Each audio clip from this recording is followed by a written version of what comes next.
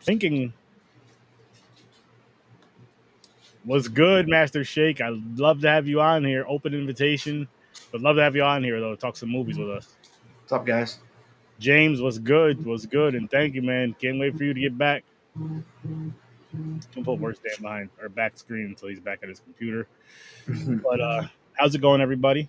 I hope you guys are all having an awesome night. And we will be having a interreview. Yes, you heard that right. An interreview with Braden Timmons. He'll be on here shortly. We'll also be reviewing the Haddonfield Nightmare.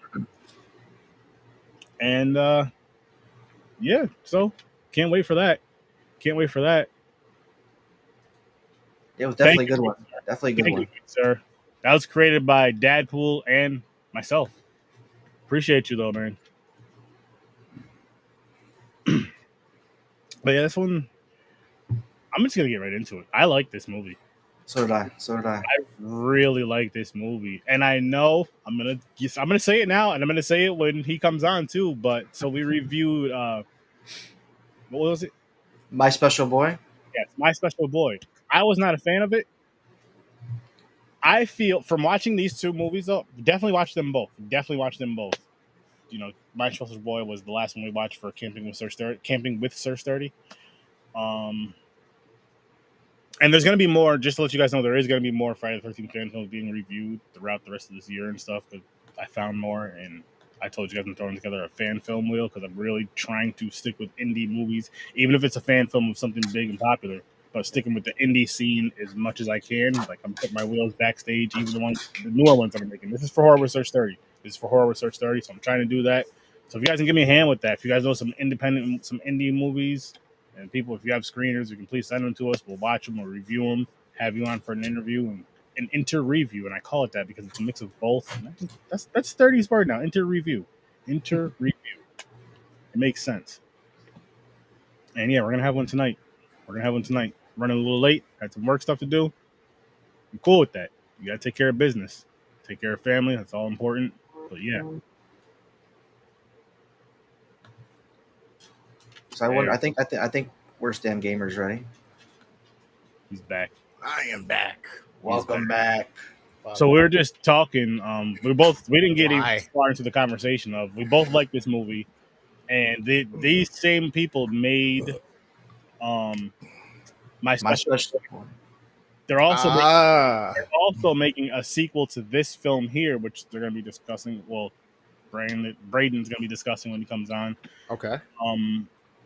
About, of course, this, and I guess we could even bring up My Special Boy because he's here, and maybe we could start with that. But My Special Boy, of course, this film here, and then of course discussing the Indiegogo. Sounds good.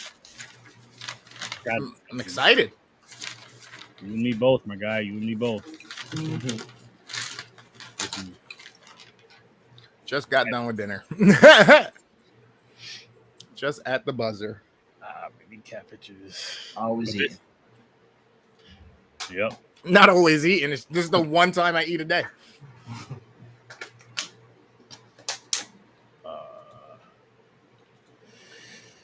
So, gentlemen, how are you doing tonight? Fucking good. This food is good, bro. Fucking good. This fucking water's banging, dude. Right? It's banging. I'm digging this water over here in this dope ass jug. Camp Crystal Lake. Went to the Camp Crystal Lake tours a couple of months ago. Go check that out on YouTube. I talked about it. It was a great time. Definitely going again. May even do some content out there while I'm out there on the bridge and all that stuff, wearing my Jason mask. Just walking around doing some random shit. Who knows? I should. I might as well bring them all. I keep getting texts from that place. Like, oh boy, come join us. This is your special deal. Like, I'm just like, yo, it is fun as hell. Like, you and your son would have a blast at that. I promise. Because you're going to, like, if you're doing for both things of it, because they have something like where they have the ones people from part 1, I think some from part 2 as well, come there and sign autographs and all that other stuff. But then if you go for the film location thing where you're going around the whole where they shot the movie, that is he'd probably want to spend the night though. So so with that, I'm so with that. when the people from the movies come, they have something where you can stay the night, but Word. it's not cheap. And by not Yeah. cheap, I mean it's starting at like $800 a night per person. Yeah. For What? one night. Yeah. But people pay it. But you get that private screening though. Appreciate Like you. you get, Appreciate What you up, coming Jay? in, Huh? Jay. What up, Jay? Appreciate it. Yeah, you're right. You do get that screening, and honestly, if I had the bread to throw away like that, I'm doing it. As a matter of fact, if I had the bread to really throw away like that, I'm doing it. And I'm inviting a few people, and just have make a fun night of it. It's like, hey, let's make a fun night. Of course, it'd be like me. It would be a couples thing though, or like bring, or if you have a kid or whatever, bring your kid, bring your plus one, but it can't be a plus one you're beefing with. We're not dealing with that bullshit. Don't be bringing you and your girl. You guys have been arguing all fucking week. All of a sudden, there's a murder. She blames it on Jason. Don't do that shit. But that would be something to do. See, if it was Nightmare on Elm Street, I'd probably be like, yeah, fuck it. But at the same time, you can't do that with Nightmare on Elm Street, right? There's no physical, actual. I mean, to an extent, I guess you can kind of go to some of the filming locations if you know where they were exactly. There's the house you can go in California. The house was. Oh, I didn't know that was an actual house that they used. Yeah. It's just a set piece. I think you can. Yeah, I think you can only take like. Last I knew, you can only take pictures from the outside because a lot of my friends in California post pictures from the outside. 1.2 milli. Damn. Just because it was in a movie, shit. If I own that house, I'm not living in that house. That house is gonna be like a tourist spot. But there's a house where I live that looks exactly like that house, though. Red door, everything. Like nice. So. Nope. Yeah. Nope. Yep. Nope. Nope. Get to know those neighbors. Hey, is it cool if we shoot a scene like right in front of your house? We'll block out, and we'll blur out and make a fake number, but we just because of the red door, we don't even have to come inside. Just the front porch. That's all we need. It's even got the little vine wall, with the trees. Yeah, it's got that and everything. Like it's crazy. It's crazy. That's nope. And I got a nice Freddy outfit with real gloves, so I'm just saying. I'm just saying. Might as well. I didn't like that chuckle. I did. I did. That's right up my alley. But let's dive into these ratings. And like I said, Braden's running a little late. But how about you, Deadpool? All right. So my rating for this movie, without explanation, I give it a 9. Nice. I give it a 9. I was giving it an 8. Nice. I'm gonna give it a 9 as well.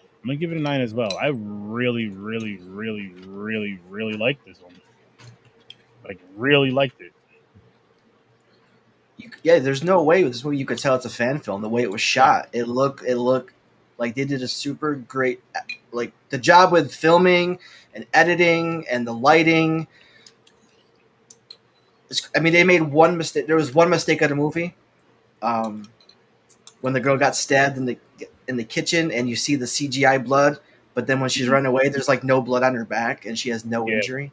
So like that was the only thing that was negative for me for the movie was that one scene. Honestly, that wasn't even something I really paid close attention to. But now that you mention it, I'd say that. I wasn't crazy about the mask, but it didn't bother me. And the reason why I say that because like even in the original films was up to like part 4, part 5, where it had the mask, whatever one it was. So just because the originals did it, I wasn't mad about it, but I was like, I wish it was a little bit better looking, but it wasn't terrible. Terrible. Get me wrong on that. So I guess those would be my only 2 complaints, and probably why it may not be. Maybe there's a couple of reasons more why it wouldn't be a 10 for me. I don't know, but maybe that's why it's a 9. I like the mask because it's kind of if it takes place 20 years after H2O, so you're gonna have a little bit of weathering, a little bit of tearing, a little bit of rough spots. I just feel like it could have been done a little better, in my opinion. I'm not saying I could have done it better because I know I couldn't have, but I'm just saying, just visually in my mind, I just see something a little bit better. I'm not saying it's terrible because it's definitely not terrible, but I definitely get what they were going for. Yeah, and I mean, come on, Four. an 8 is like, for me, an 8 is really good either way. You know what I mean? It's like, fuck. Oh yeah, and I gave it, like I said, I gave it a 9. So it's not like I'm shitting on the movie. Not absolutely not. And this is way better than My Special Boy. This is way better. Like I feel, I don't know. You said I know My Special Boy came out first. No, this came out first. Yeah, this came out in 2021, and My Special Boy came out in 2022. So yeah. I wonder though which one was actually in production first or finished first. Maybe just release dates or something, whatever agreements or some shit. Because you can kind of see a progression, to me anyway. Unless that's what it feels like, right? That's what it feels like. I mean, the only other thing I can think of is if they are bigger fans of Halloween than Friday the 13th. So for Halloween, maybe they got a bigger budget and they just threw their foot in it. You know what I mean? They just love the character. Yeah, I'm curious what the budget was for this for the movie Haddonfield Nightmare. I'm definitely want to know about that, because it's a huge upgrade depending on when it was shot chronologically with My Special Boy. It's like night and day. But you can tell the thumbprints there of whoever shot it, and that's why it made sense when you guys were like, "Yo, this was made by the people who did that." I was like, "Oh, okay, that kind of makes sense," because there's a lot of the same kind of vibe to the way it's shot. You know what I mean? The scenes that they're getting and stuff like that. But you can definitely tell that there's been, like I said, kind of an evolution. You know what I mean? Kind of some growth that was made. It was kind of dope to watch. And I love My Special Boy. I know you liked it as well, Chris. So I mean, I had really no problems with it. Yeah, they still did a good job. I don't know why. Like I'm over here like, should I give a higher score? Should I not? But at the same time, it's kind of how I'm feeling, and I'm like, I'm not complaining. Either way, they did a great job with a lot of the stuff that makes, the boxes for me were checked on a lot of the things. Yeah. It's just for some reason I'm just like 8 instead of 9 or 10. No, but there's nothing wrong with that. That's perfectly fine. I mean, what you feeling, and it's not like it's a bad score. Like an 8, a 9, or a 10. That's amazing. That's amazing. You know what I mean? Yeah, I definitely watched this one again too. Hell yeah! As definitely a matter of fact, I'm gonna watch it again, definitely. Especially when the second one comes, when the sequel comes out. You're gonna want to watch them back to back. You're gonna want to watch these back to back, and hopefully they're dope enough. Here's the thing. I got a question for both of you right now, right?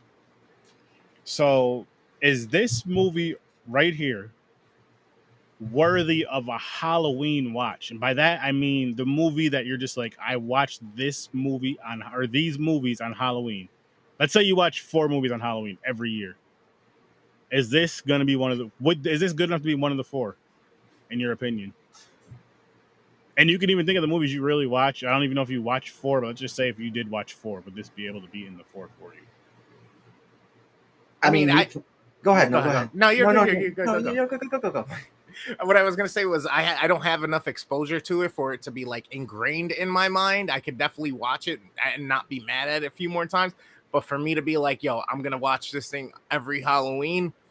Yeah, it either had to have left a bigger impression, or I just need more time rewatching it to fall in love with it even further and be like, yo, that's fair. So that I can be like, no, this is one of those picks that nobody's ever going to have, and I need to tell people about this every Halloween. You know what I mean? That's fair. So I guess, you know what, Dadpool, you answer first, because I have another twist to this question too. Well, me personally, I would have to watch the second one to get the bigger picture of the whole story. If this was just like a standalone and they weren't teasing a sequel and they weren't making a sequel, I could watch it on Halloween. I mean, it may not be like my top 4, but I could definitely rewatch it as the season comes around, because like I said in the beginning, this movie was, the way it's shot, it doesn't look like a fan film. Right. It looks like something you're watching on AMC during spooky season, or you're watching on IFC or something like that. The way it was shot just made it, gave you that Halloween like it belonged in the franchise. But bigger picture, I have to wait till the second one comes out to see how that story unfolds and see his whole purpose and vision of what he had planned with this. Okay, so Braden is here, but I'm gonna answer my same question first, and then I'm gonna put a twist on the question. But I'll invite Braden in for that. So I agree with both of you where I need to see. Not only do I need to see it more, but I also need to see the sequel. But now I want to throw a twist on this and just say, what about for like a fan film Halloween watch? You know what I mean? Like say if you watch say again you watch 4 films, but 2 are fan films, 2 are regular films. I'm assuming it's probably gonna be the similar answer to where you got to see it more to really make that decision. For me, I haven't watched any other Halloween fan films. Okay. This is definitely something. If there was just a fan film category and I was watching it every Halloween, this would be up there. But I would also include part 2. I want to see that whole story. I want to watch it together because we don't just watch when Halloween comes on AMC. It doesn't just show one film. It shows them in sequential order and it gives you that whole Michael Myers story. I want to see Braden's vision of Michael Myers in a complete story, whether it's a sequel, whether he has a trilogy planned. I want more. I love it that much that I want more. I can't wait for the second one. Yes. And really quick, I just want to pop this one up for you guys. As I was saying, there is a second one coming. Nice. Indiegogo link is in the description, which your boy is getting the Blu-ray for it. I don't remember if I have the Blu-ray for the first one or not, but I will be getting this Blu-ray eventually. This was good. This was awesome. Can you guys hear me? Yes, sir. Am I live? Okay, cool. Well, first things first, I just want to apologize for being late. I appreciate you guys having me on, man. Of course, man. I'm always down to come on and talk Halloween or anything like that. So it's great to meet you guys, man, and I'm excited to have this conversation. Hell yeah, I may hold you to that coming on anytime because seriously, we love having people on, especially other.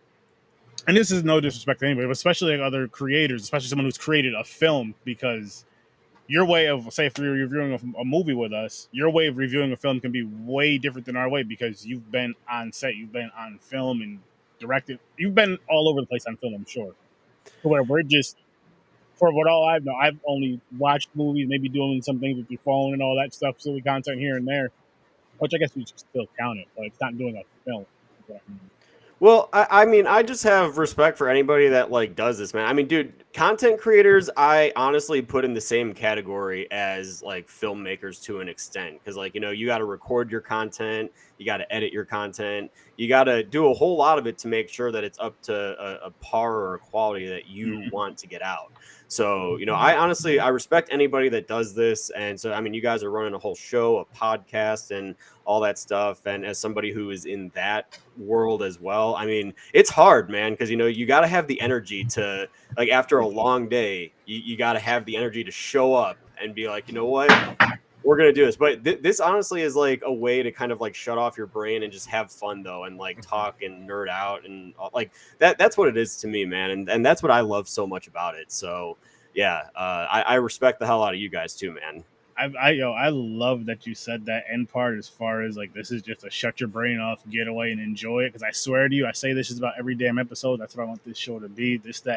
That getaway, no matter how your day's going, because I don't always want to say you're having a bad day. You listen to this as a pick me up. Yes, I want that, but I also want it to be I'm having a great day. I want to tune into the Horror with Sir Sturdy because I know they may say some gems here and there. That's very rare, like tonight. But they're going to say some silly, stupid shit, and it's going to be hilarious. And then one of their takes on a certain film here and there is going to be ridiculous. Most likely it's going to be sturdy. But for all that, like I love that my show is a part of that kind of thing because I watch other podcasts or other YouTube channels for that same thing. I'm having a great day, and it's just like me and the wife are chilling. It's one of our things where we'll just watch this together. There's certain YouTube channels we are not allowed to watch unless we're both there and both awake. If anybody falls asleep or goes to the bathroom, you have to pause it or stop it. It's just one of them things, and it's dope. And it's cool to be like a part of that type of thing as a creator, so to speak. It's awesome. So I can only imagine doing a film. That has to be just another level of like, oh my gosh. Yeah.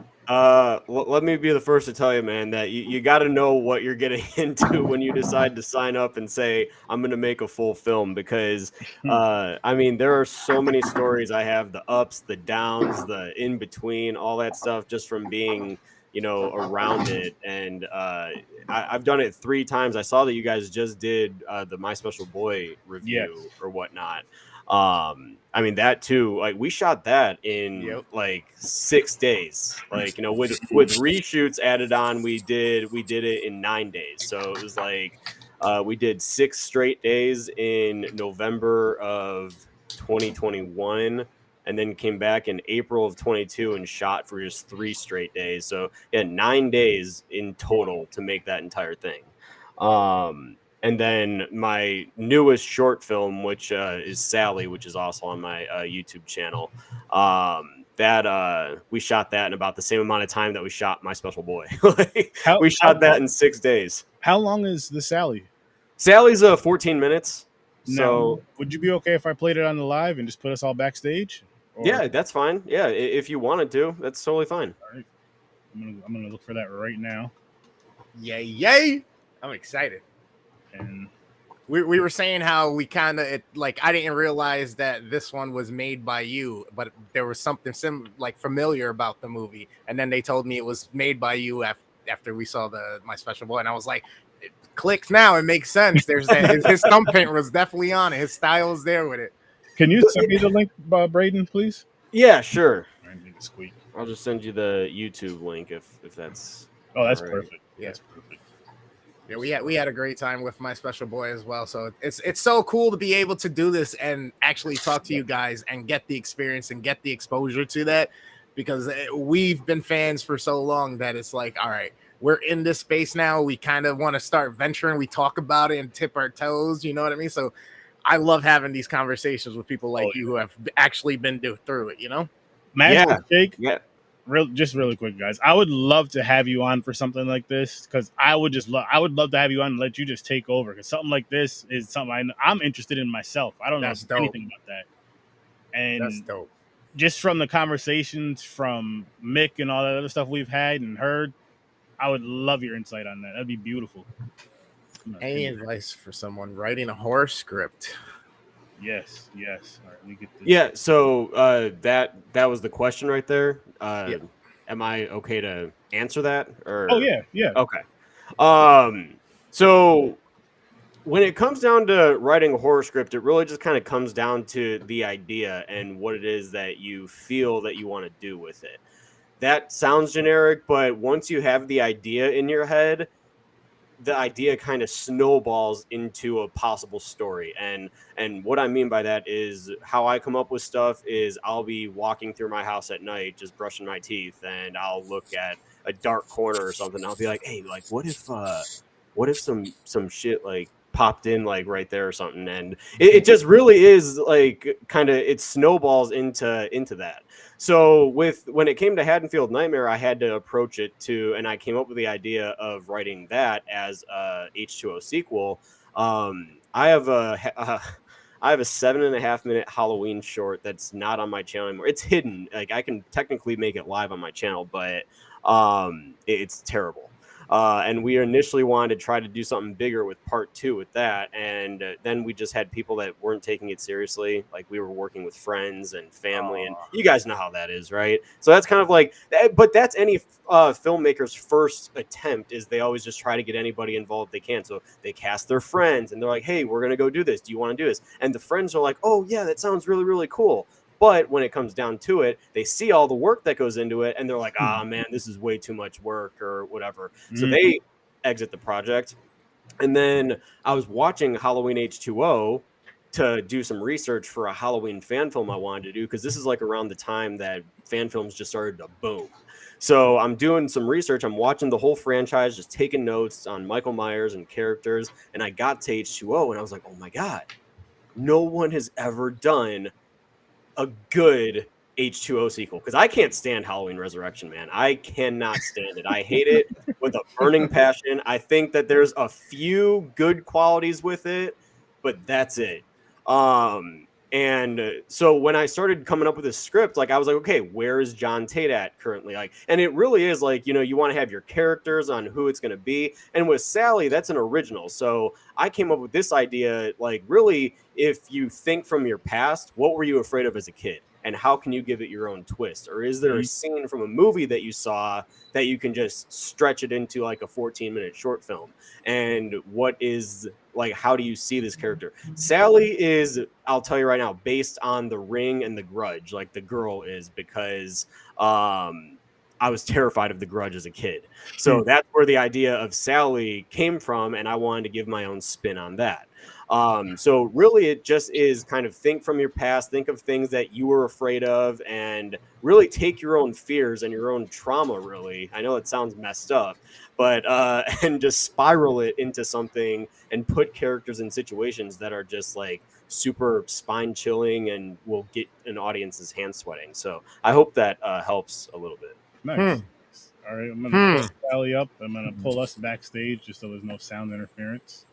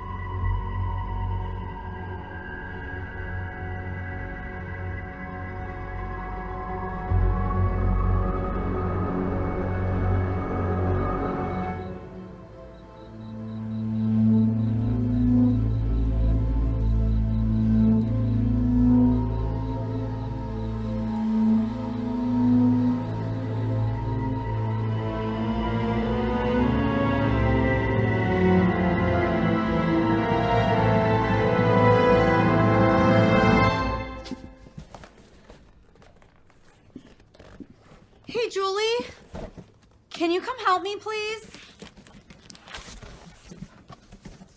Julie, you hear me? Oh, come on. Sam is gonna be here in a few. Julie, are you there?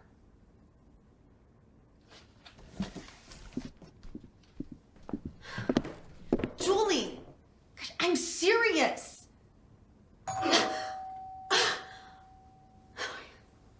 Sam.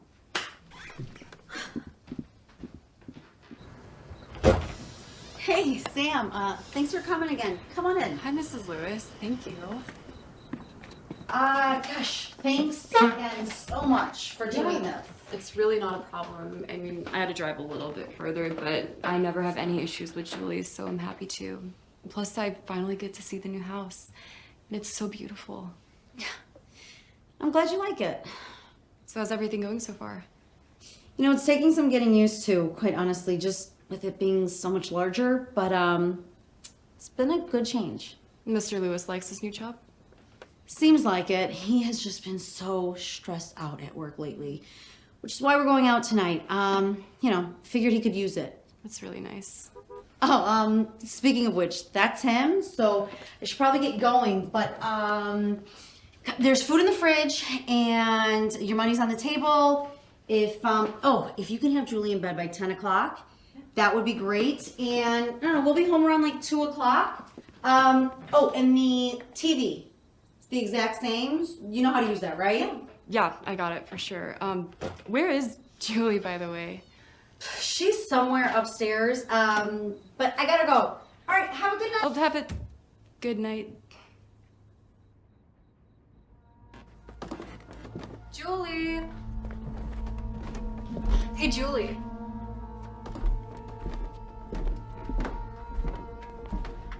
Julie.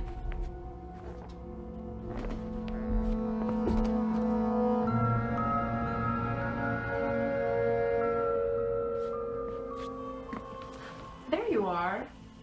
What are you doing? I called your name like 3 times. Are you okay? I'm okay. You sure? Yeah. Are you having a tea party? Yeah. With who? Sally. Which one's Sally? Is this her? No. Is that one Sally? No. Well, then where is she? Up there. In the attic? Why is she up there? She lives there. What if I go see Sally? I don't think that's a good idea. Why not? She doesn't like to be bothered. Do your parents know about Sally? No, she only talks to me. She talks to you? Yeah, sometimes at night, I'll be trying to go to sleep, and she'll say my name and say she wants to be my friend. Let's go see Sally.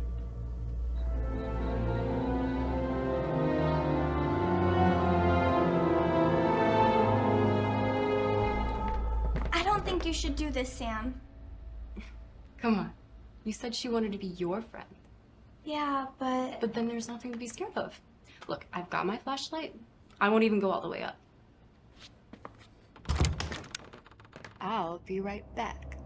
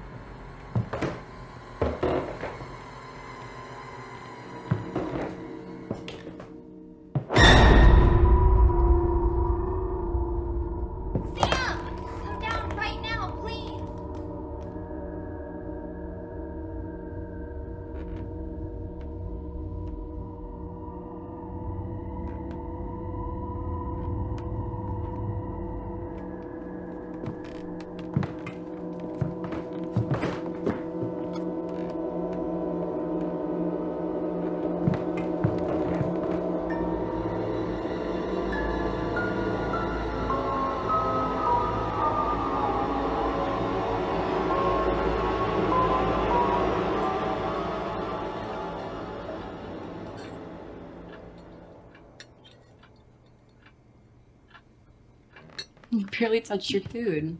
You okay? Julie, you know you can talk to me, right? Yeah, So tell me what's wrong.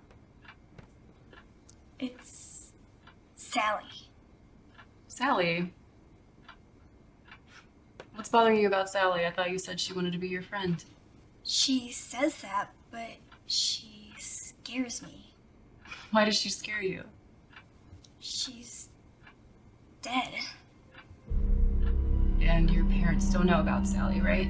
No, she said if I told them about her, bad things might happen. Bad things? I've said too much. How about we forget about Sally? We can clean up and go watch a movie. You can grab some of your ice cream stash. Can I pick the movie too? Yeah, of course.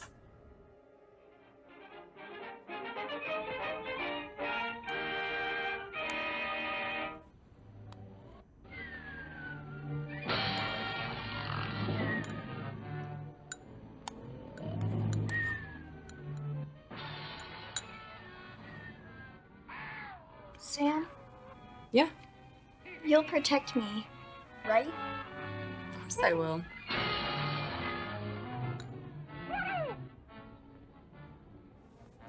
Oh my god, it is so late. We gotta get you to bed. Do I have to? Yes, you do.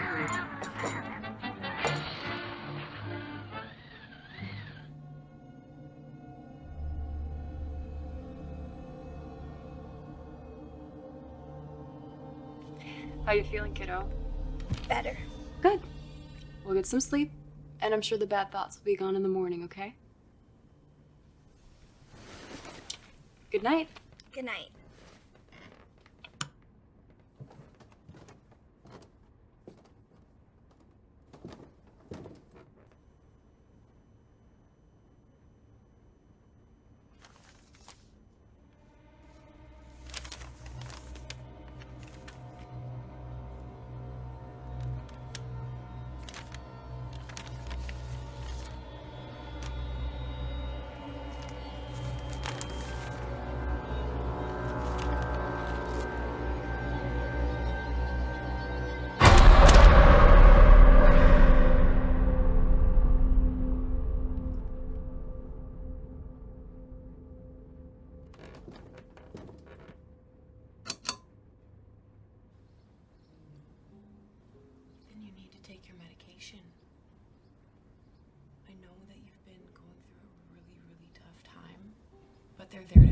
heal from the pain. And also, you can't suddenly stop taking SSRIs like that. I want to be better. I want to be happy like I used to be. You need to start taking your meds again for me. Julie, what are you still doing up? Julie. Julie. Julie!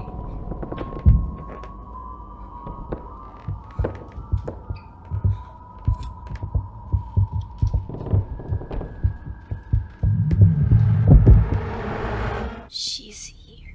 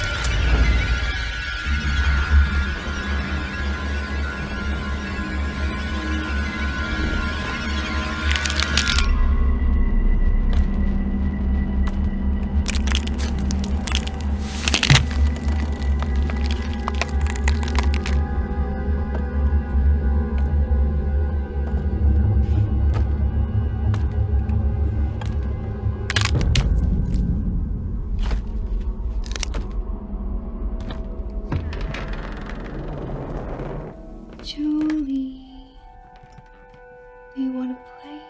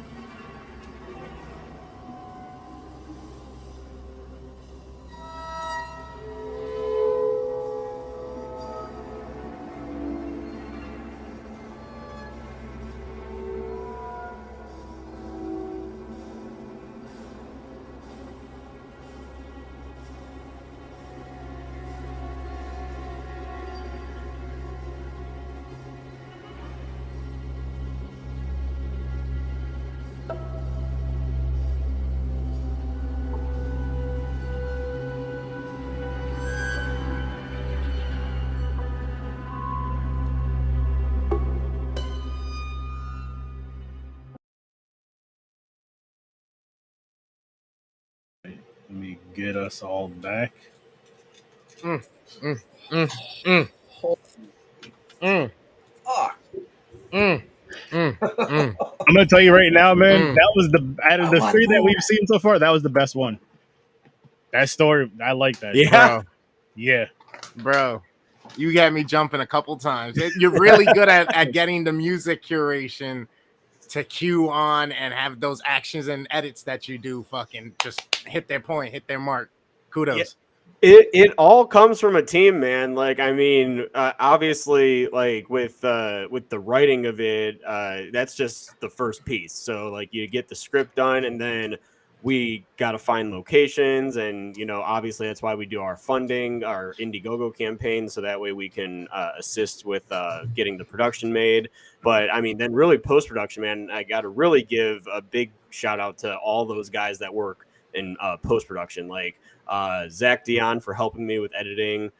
Adrian Emond, who is actually also the same composer as Sally, is the same composer that did the Haddonfield Nightmare music as well. Nice. So it was the same guy for that. And then Mike Shabani, who did all the sound with the cracks and everything. It's so fun to see. Like, he'll send me videos of him like just breaking lettuce and stuff like by a mic, so he can like try and get like the sound cracks and everything. And then Tyler Falco, man, for doing all the mixing and editing, all the sound mix and everything. So he makes it all sound really like it all goes together. So yeah, I really got to give a big shout out to them. I've used them now for both Haddonfield Nightmare and Sally, and we will be using all of them again for the Last Nightmare for a fact. Wait, what did you just say? What's that? You said the Last Nightmare? Yeah, that's the Haddonfield Nightmare sequel. Bro, yeah. I thought you said you was about to do a Freddy. I'm like, I'm in. Oh, no. I'm in. Yeah, no, the Last Nightmare is the sequel to Haddonfield Nightmare. I know it sounds kind of Nightmare-y, but like Nightmare on Elm Street-y, but we just thought that was when I came up with that title, man, like I just thought that it fit really well with what we had already set up. And yeah, this is going to be the finale of the H2O story, and we really want to go out with a bang. So, Yeah. And if you haven't seen that film, check it out. Link is in the description. I did just drop a couple minutes ago. I did drop the Sally YouTube. If you guys want to go and watch that again, you definitely should. That was dope. It really was. Just like, wow. And on to what Worst Damn Gamer were saying, as far as the music and like the timing with everything was just perfect. I was like, wow, this is. It makes you wanting more. Like, okay, where's the rest? Where's like this was awesome, but now I want more of this. That was the idea. Yeah, that was the idea, is just to kind of give like a little opening, because like when you do a short film, like, man, because I'm coming into this after doing 2 features. Like, we shot My Special Boy in between Haddonfield Nightmare and Sally, so it's like after doing 2 features, I was like, man, I want to shoot something, but I want to do a short. Just to try and like do something original, and that's kind of like what my route is going to be with the next few films that I want to do, is with The Last Nightmare, and then do something a little shorter. But I would definitely like to continue in the Sally world for a fact. We definitely want to bring her back eventually, and bring these characters back, because there's some unfinished business with the synopsis that we've come up with, like with the young girl now and Sally. So yeah, we definitely want to do a chapter 2 for that eventually. Yeah, I mean, this is a pitch. That's all I see right here. It's just the pitch. You know what I mean? I see it, man. Good luck. Thank you. I appreciate that. Yeah, this was something else. I was just like, you got me hooked. That's for sure. Hell yeah. I can't wait to see what you guys do next. I cannot wait to see what you guys do next. I know you are, which I'll pull this up again, the Indiegogo. I know you guys are working on this, which I'm excited for. I'm very excited for it, and link is in the description for that as well. But for part 2 of the Halloween film that we were discussing earlier. What were you saying, Chris? In previous episodes, I discussed how like it's getting harder and harder to impress me these days, because we're kind of spoiled by how good cameras are and all that shit, even just phone tech. But man, I'm trying to think back to a time of recent movies, last 5 years, 10 years, let's say, because I'm starting to feel old. Where like I actually jumped and I actually like there was a couple moments in like the Conjurings or Insidiouses and stuff like that, but not like, bro, like this kind of fucked me up a little bit in some he's gonna have a hard time going to sleep tonight. Bro, my so, heart's you know. still pumping. My heart's still pumping. I'm like, man, I really want to watch it again, but at the same time, can I handle it right now? Like, Not with the lights off. I'm saying, you know what? Oh, I'll give yo, you it would be hilarious if somebody just came in with their hair over their face and just stuck their hand in Chris. But oh, bro, forget about it. I'd be fucking through the window, 2 stories up, just fucking. This dude would pass out in his chair, wake up confused. What happened? So Braden, what gets your mind going? What influences you? What gets those creative juices flowing when you come up with these synopses, these stories that you put on the film? Dude, I mean, my brain is always just operating with something. I'll be standing in line at a coffee shop, and I'll just kind of be listening to the people around me, and like I'll see something like out during the day while I'm out, and I'll be like, oh, like that's interesting. Like my mind is always just constantly like just twirling with different stories and everything that I'd like to tell. For example, I moved out to Arizona, which is where I'm currently located, and I'm like just driving by mountains and everything, and I'm like, okay, like what could we do here? I'll just tell you guys right now, I have a sci-fi idea eventually that I'd like to do, just based on the ideas that I've come up with just driving around out here.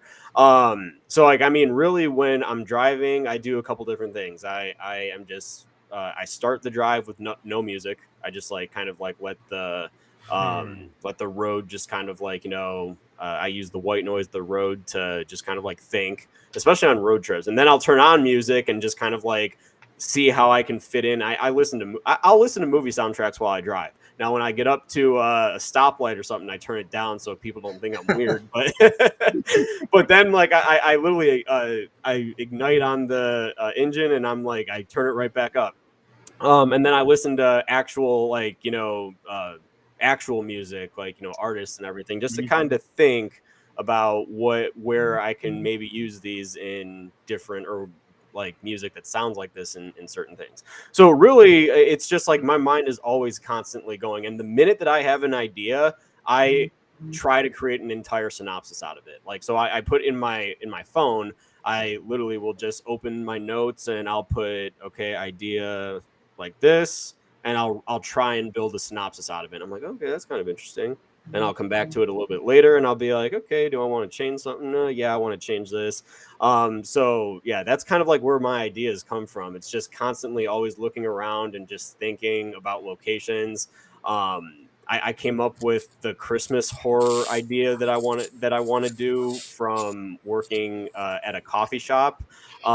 That dawned an idea for doing a Christmas horror slasher. The entire movie takes place with 2 coffee shop workers that are working on Christmas Eve, and a group of mercenary Santa Clauses come in and try and steal all of the money, because it's a popular coffee shop. It's a very popular. So it's 2 baristas versus 4 different Santa Clauses, which is what I'm really excited about. Nice. So it's like another low budget one. I always like to try and think of, because as of right now, we're limited with sources, right? Like, obviously, like if we don't successfully crowdfund, then we can't do it. So, but the thing is, I want to do it no matter what. So I try to think about the cheapest possible way to make it, but have it in good quality, you know? Yeah. Luckily with Haddonfield Nightmare, we bought a lot of our equipment. So all of our equipment that we essentially have, like, yeah, we need to get a few new things, but we can also rent it, which is what I'm trying to think of. But we try to buy as much as we can, so we have it on hand. So that way, when it comes to future productions, like if we only raise $5,000, okay, that's fine. But how can we use this $5,000 to shoot something? You know, like the answer to that is by not spending money on new equipment, using equipment that we've got from previous projects, and making it work with the best way that we can. So it's just trying to be smart with that. So most of the ideas I have right now, such as Sally, take place in one location for a reason. And it's because it kind of makes you feel contained. It like is kind of claustrophobic and everything. So that's kind of what I look at.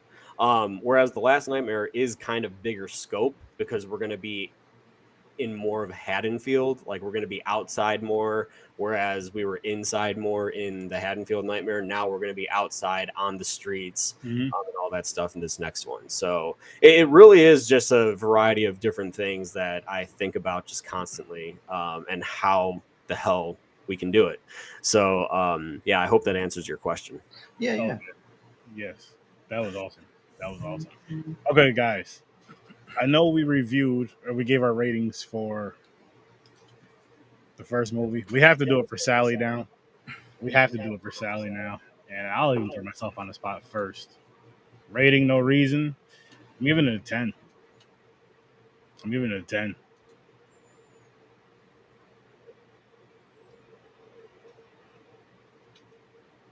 I don't know what that means. I guess he's thinking. 10. There you go. I'm going back to you, Worst Damn. There we go. All right, I'm back. Can you guys hear me? Yes, sir. All right. So what was the question? I apologize. Rating for Sally. Oh, God. Fucking 9 all day. Boom. Boom. That was really, really, really good.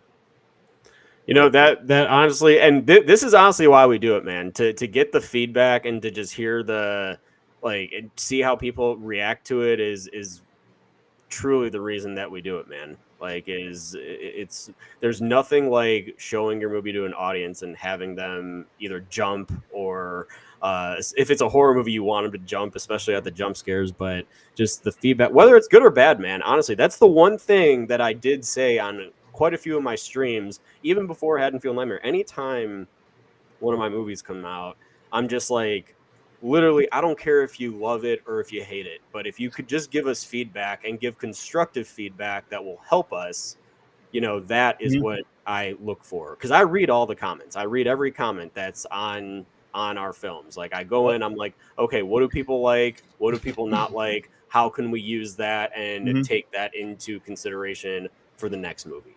So, you know, you learn something on every film project. I'm not saying that every one of my films is going to be perfect, but we try as hard as we can to make it as good as we can possibly make it. So, of course. Well, I'll say this. We did review My Special Boy.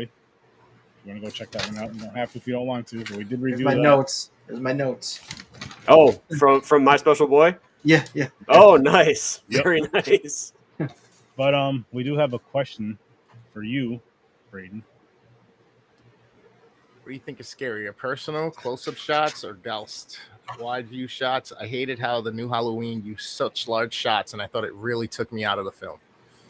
Yeah, so I definitely think close-up shots for jump scares are definitely effective. Like in Sally, you saw when Sam grabbed the sheet of paper and she was holding it up like to look at it, and then Sally's hand comes out and grabs her. We do a close-up of that, so that way we can get the nice effect and really throw in the jump scare. So I think that if you're trying to make something scary close, I'd say is definitely more personable, especially like at that end shot where we kind of panned down and we got to see Sally's full face right behind Sam, and then she was like, Sam, and then grabbed her. That was we did close because we want to get a chance to see everything. Wide shots are good, but I normally do my wide shots when I'm trying to establish our atmosphere. Like you've probably seen in all 3 of the movies you guys have seen now, that normally in the beginning you get the establishing shots, like the tripod establishing shots. I'm a sucker for those. My dad has actually caught on that that's my style. Like he notices it, like when he's like sitting there watching. He's like, yeah, this is one of your movies. I can tell right off the bat because of the establishing and everything. So yeah, that's the only reason that I like to do, you know, wide shots, unless it's a car driving down the road, or I do normally like shooting a fight scene in a full wide first, and then doing like it'll cut up close and personal. But I like wide shots, especially if it's like a continuous shot. I like the wide so the camera can do more, like, and flow better with the talent that you're doing, because the John Wick movies are a part of the reason for that. So nice. See, I think my favorite shot from the Haddonfield Nightmare was when the trick-or-treaters, and then Becca answers the door, gives him candy, and then it kind of cuts away, and you see Michael standing there in the background with the street lights behind him. That's probably my favorite scene. It's shot so great. It just was like, fuck, there's Michael. Oh my god! Like it was like a scary moment. It felt like a Halloween, like a real. I don't want to say real, but like it didn't see fan filmish at all. It was it was, and I said in the beginning before you came on, this film did not visually see like it was a fan film, because it looks like it's just a continuation, and that's what you wanted. And your camera work is amazing. It definitely showed in this movie. Thank you. I do appreciate that. If I could be honest, the only thing I'm not a big fan of in the Haddonfield Nightmare is our opening scene, and there's a reason behind it. The opening scene was we were supposed to have a lot more people on set that night. It was supposed to look a lot better. We only had 2 lights.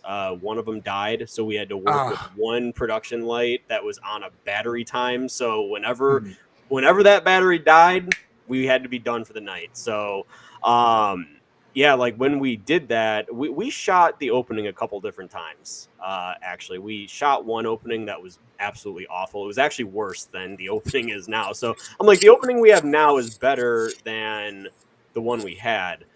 But yeah, I will say, just like, it's my least favorite because it was like all the shit that went down on set that night. I was just like, you know what, screw it. And we just kind of threw it in there because we were like, well, if we want to hit our deadline, we have to be done. That was like one of the last scenes that we shot, and everything went wrong. We were like, guys, so much shit has happened throughout this production.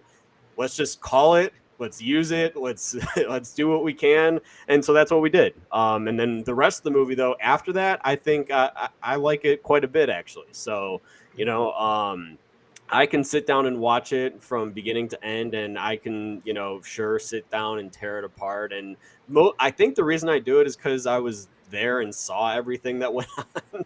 Yeah. It kind of takes on a different life form when you're watching it, and you realize that you were next to the shit that was like, that next to the scene, but also part of. And I don't mean anything with people involved with the production. Everyone that I worked with was fantastic.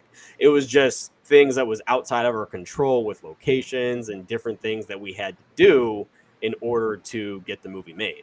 So, it was a very big learning experience, and it was very tiring. There were a couple times where I definitely wanted to quit, but I'm really glad I didn't. So you're not the only one. I'm glad you didn't either, man.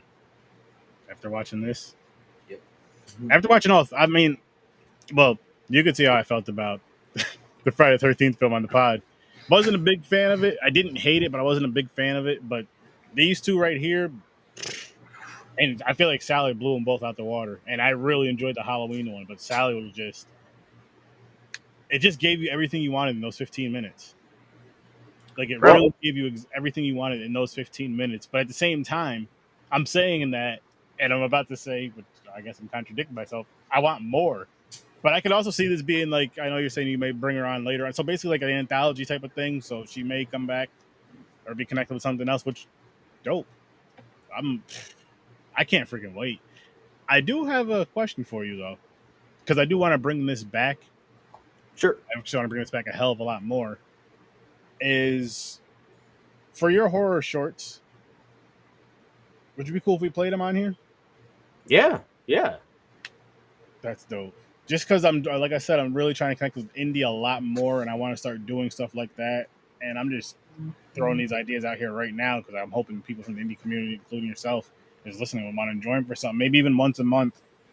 Doing this all the time, but maybe once a month having somebody from the indie team, a few people from the team coming on, just let people know what it's like being on set or how it was being on the set for that. And I don't mean all the negative drama stuff. I mean like being on set and creating this stuff for just other people that want to do it or start it.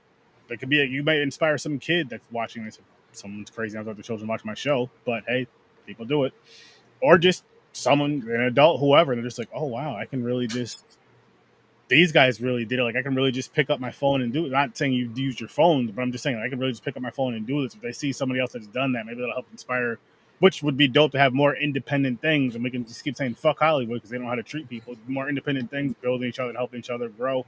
So I just figured it'd be a fun thing to do. Yeah, yeah. I mean, I'm definitely cool. You can play anything that you just let me know when you're going to be playing it, so I can share it and promote you guys too, man. Like that's pretty much it. All right, so But throw it into that really quick. Would you care if we did a full length feature? Maybe not even necessarily as like a watch review, maybe more as like a watch party type of deal.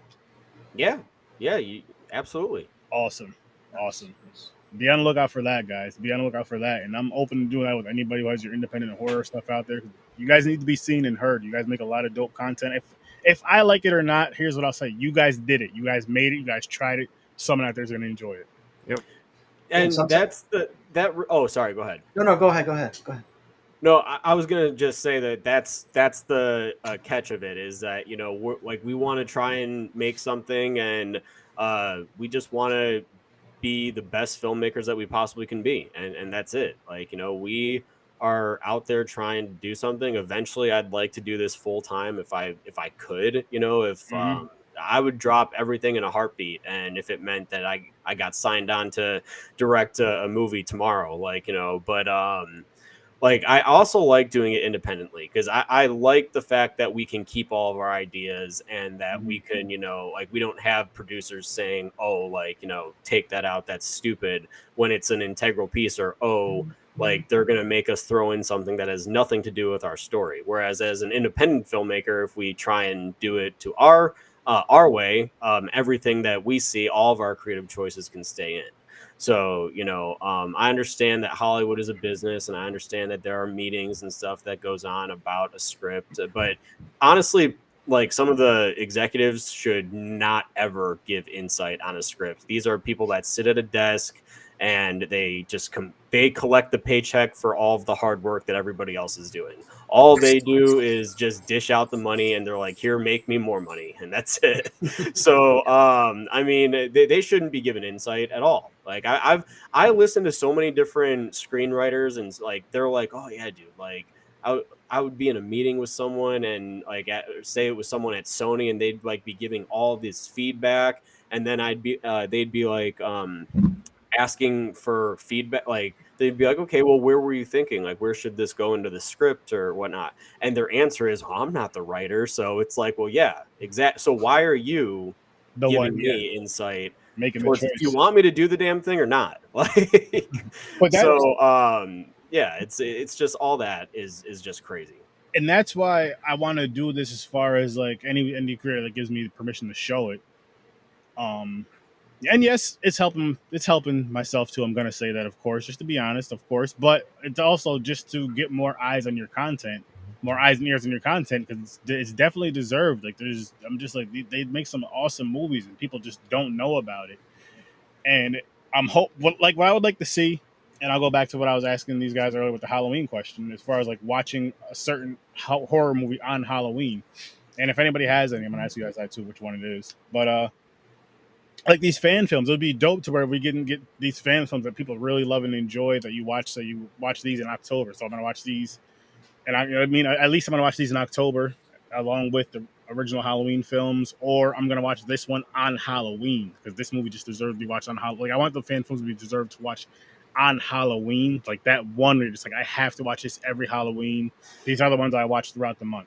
I think that's dope. And I just wanted to help get more eyes and ears and maybe even inspire others to create more things, and just you know what I mean? So where it's okay, wow, they're gonna actually show it.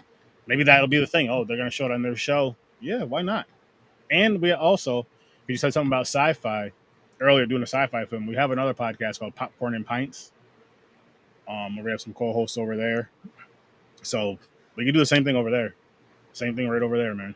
Yep, whatever it is that you guys need to do, man. I'm A-okay. Again, just let me know when you guys are going to do it, and I'll share it and get people over here to listen to you guys too. I've had a great time tonight, man. You guys are great. So thank you guys seriously for having me on, and I'm loving this so far. So thank you for coming on. This stuff.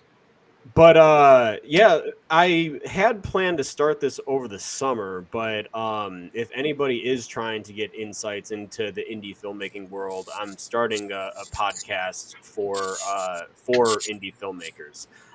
It's called Action, a filmmaking podcast, and we're gonna go through all the ins and outs, man. Each episode is gonna be just like locations, what we've done for locations, and how to go about having a conversation if you're shooting a movie at an Airbnb, how to go about approaching it. Because you can't just rent an Airbnb and not let them know what you're doing. Like one of my buddies, like that was one of our producers. He's like, dude, just rent the Airbnb and like we'll be able to shoot. I'm like, no, that's not how it works, because you need to let them know, because like if we're having other people over and everything at this place, there's a lot of nitty gritty stuff that goes into that. So yeah, like it's just like really it goes down to how to have these conversations, how to approach, what you should do if you're rejected by a location, etc. So you know, there's a lot of things that we are going to cover on that show. Oh, go ahead. This has hit me because of that show. Like, I love that idea. I definitely want to, definitely want to watch that, and I'll promote it and all that cool stuff once it's out. But to tie into that show for like some visual stuff to make it fun, I guess you could say, or more, or just a side thing, is you guys acting that out, like the right way and the wrong way to do it, but make the wrong way, like the reaction real extreme. Oh, yeah. No, there is definitely a wrong way to go about it. There's a wrong way to approach it too. I mean, you know, one of my biggest flaws, I'd say, is comparing, like, so I'm not gonna lie, like, you know, you see campaigns that raise all this money, right? And one of my biggest flaws is I compare my campaign to other people's campaigns. And my girlfriend, it drives her crazy. She's like, you can only control what you do, and that's it. And I'm like, literally, like, you're right, I know, but like I say you're right after bitching about it for 30 minutes, and then I'll come to my senses and be like, no, you're right. She's like, do you or do you not still get this done? I'm like, I do. She's like, exactly. So shut the hell up and go out there and do the best that you can. That's it. So, you know, and I mean, she's great. She lets me know, like, to not, and this is stuff that I tell people too, is that you can't focus on other people's work, yet I focus on other people's campaign. I don't really so much focus on the work of their films or anything. I do if I'm reviewing it, but in terms of like campaigns that raise a lot of money, I'm like just sitting there. I'm like, well, it's kind of discouraging as someone that's trying to do it, but at the same time, it's like, you know, you can't sit there and sulk, because, you know, you got to find a way to get back out there and continue to promote it until the end. Because literally in one day, something can happen. Literally over like last weekend, we were sitting at like $1,600, and in one day we raised like another $1,600, and that put us over 3,000. So it's like somebody can see it and be like, you know what, I want to jump in on this. And that's something that I've learned. It's truly a learning process from start to finish every single time. So yeah, that's something that that I've also caught on to. I got two big takeaways from our conversation here tonight: imagination and envisioning, and then acting, not acting like acting, like, oh, I mean acting like taking action. And then two, what was the thing you just said it? You just said it. Not worrying about what other people think or something like that. No. Not focusing on other campaigns. Yeah. Not just not worrying about, you know, looking at everything else and trying to compare yourself. Just keep doing it and then keep getting better and better and better and better. Like it's inspiring to do this, because one of the things that makes me want to do is not only now, like Sturdy asked, which ones will we watch for Halloween? Now I want to go find other ones of like the big 3 or 4 that I would normally watch, like Freddy, Chucky, you know, Jason, Michael Myers. Find those and be like, those are my 4 for Halloween's of fan films. If I'm like, yo, what are we watching? I don't want to watch the same old shit. Let's go watch these because these are quality. You know what I mean?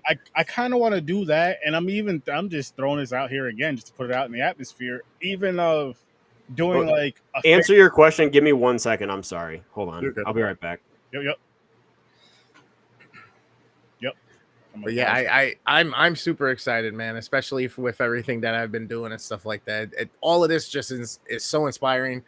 I'm hoping that fucking even the small short shit that I'm doing is showing that I'm listening, I'm paying attention, and I'm just trying new shit every single day. And that's half the battle. Get out your way, just try shit, fail, fuck up, get better. Like just do it with love and put your all into it. And at the end of the day, if the all that you put into it was just what your 80% is, then that's all you could give that day. But every other day, if you can give that 100, you ain't got nothing to be mad about. That's your 100 for that day.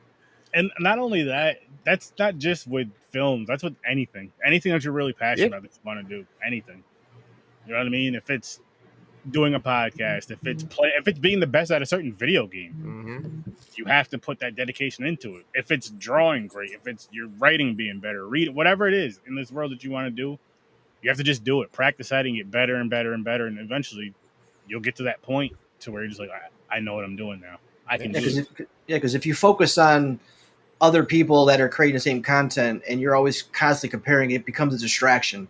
So then you're not going to really give yourself 100% if 50% of you is worrying about another person doing the same thing, but maybe they're raising more, maybe they're doing it better. You got to focus. You'll get there. And with you, Braden, like, your supporters are going to be there. Your content that we've reviewed, and I've only been doing this with these guys for maybe a month or so, it's really opened me up to a lot of different things I probably wouldn't normally have watched if it wasn't for this show. And like your content, and specifically because you're on tonight, like from My Special Boy to watching Haddonfield Nightmare to look at your IMDb and then watching Sally tonight, I'm really super stoked and excited for this next chapter in the Haddonfield saga. I'm gonna tell you right now, man, I'm a fan of you, because and the cool thing about it too is because in the way that we watch the movies, like starting with My Special Boy to the Haddonfield to Sally, each one progressed for me. Each one progressed, and I'm just like, I can't wait to see what's next. I don't care if it's a short, I don't care if it's full length, I want to see it. And I'm gonna play it on this show. If again, every time I'm gonna have to do it, I'll hit you. Hey, listen, bro, listen. It's exciting because one of the things we said was if it felt like an evolution from My Special Boy to Haddonfield, and then we see Sally, bro, you're on a fucking the jet's fueled, my guy. Get ready. Yes, get ready. I'm telling you, bro. Hey, and that's what I'm saying, man. Like, and on that's what we wrote, or what I put in our Indiegogo campaign is in one of the paragraphs, like for it is I talk specifically about each project, and I'm like, each film we try to get better, and that we try to make it better and better each time, no matter what it is. Like if it's a 2-minute short, 15-minute short, like a short can go all the way up to 45 minutes before it's considered a feature. But no matter how long it is, or if it's a feature, man, we want to make it the best that we possibly can. And I'm telling everybody right now, man, like that. Big respect. Everyone is in for a treat for The Last Nightmare. It truly is. I think the best thing that I co-wrote it this time. I wrote the Haddonfield Nightmare all by myself, but this time my director of photography from Sally and from Haddonfield Nightmare, he co-wrote it with me. And I'm like, the ideas, man, that we would have meetings and we would look at, like, an idea would be awesome if we looked at each other and we were just like, fuck, that's crazy. So dude, the final fight that occurs between John and Michael, dude, is 9 pages long. So it is an insanely long fight. And it's just 9 pages of straight, essentially, description of like what's going on in the fight. So it's intense. It's brutal as shit. Like Haddonfield Nightmare was more subtle. Like it was more classic Halloween. It was just more Michael did the hit, thud, and everything. In The Last Nightmare, he got his ass beat a couple times in the Haddonfield Nightmare, and I think it's because he's rusty from the 22 years of being gone. Like that's what a lot of people have asked me that. They're like, "Why is Michael so rusty?" I'm like, "Dude, you don't do shit for 22 years. You try going back into a job that you've done for years and taking a 22-year gap and getting back into it." And It don't even take me 22 years. It can give me about 6 months. I damn near forgot everything. Exactly.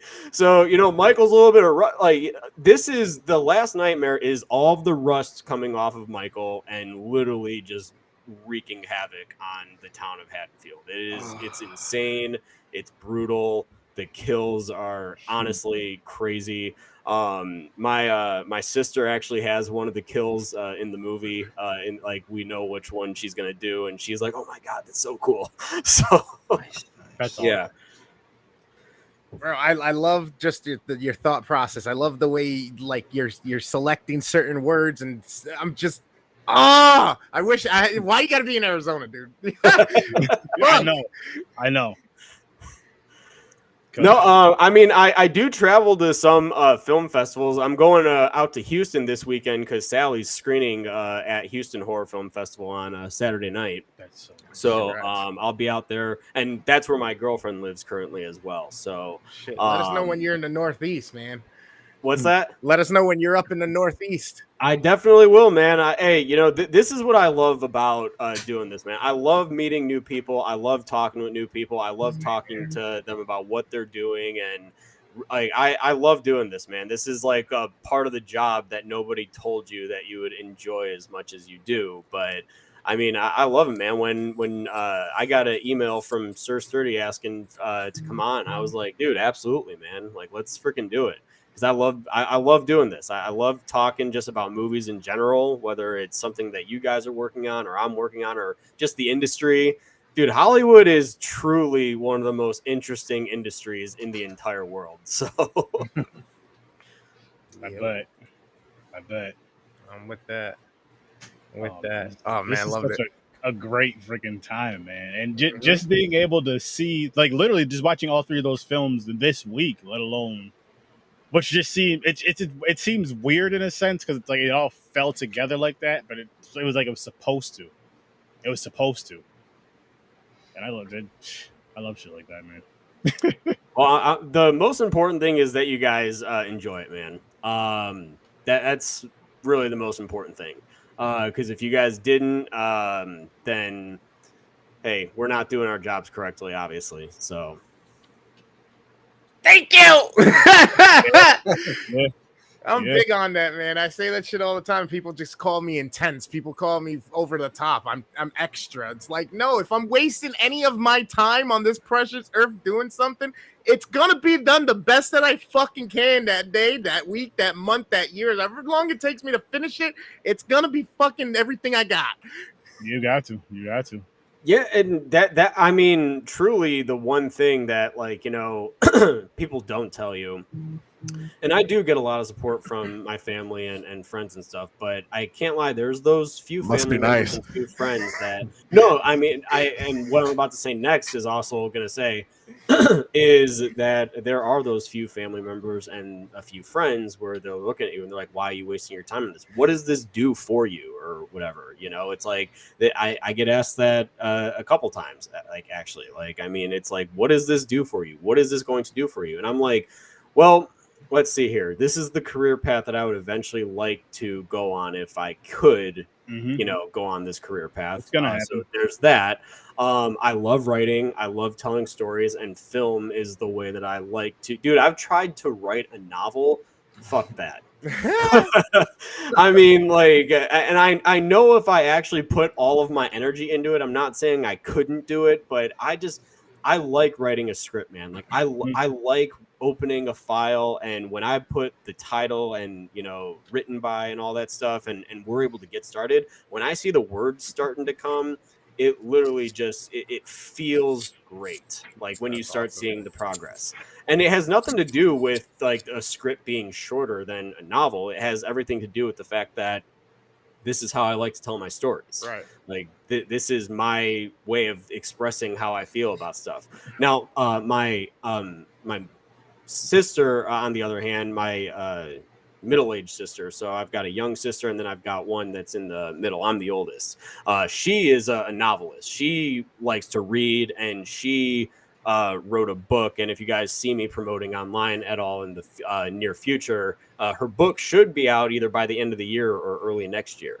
But she wrote a whole novel. It's 265 pages, and Ooh. I'm just like, dude, that is like, that's an accomplishment, you know? Like, Mhm. so I'm sitting there and I'm sitting here thinking, oh yeah, I wrote an 89-page script. I'm awesome. Like, you know, but You guys then just- you that guys have different happens, and talents. You both what's have, that? You guys just have different talents. You have different talents. No, yeah, exactly. And I mean, but still, dude, writing a script is still very hard. Like, I'm not gonna take that at like lightly at all. It's hard to sit down and, dude, my head shakes. James Grimm, what's going on, buddy? And that's why I'm glad you're doing the show you were talking about earlier. We're telling people about all this stuff. So it's like, this is what we went through. This is not the right way, the wrong way. This is just our way. This is what we know. This is what we learned. I'm going to share this knowledge. Hopefully it'll help somebody else.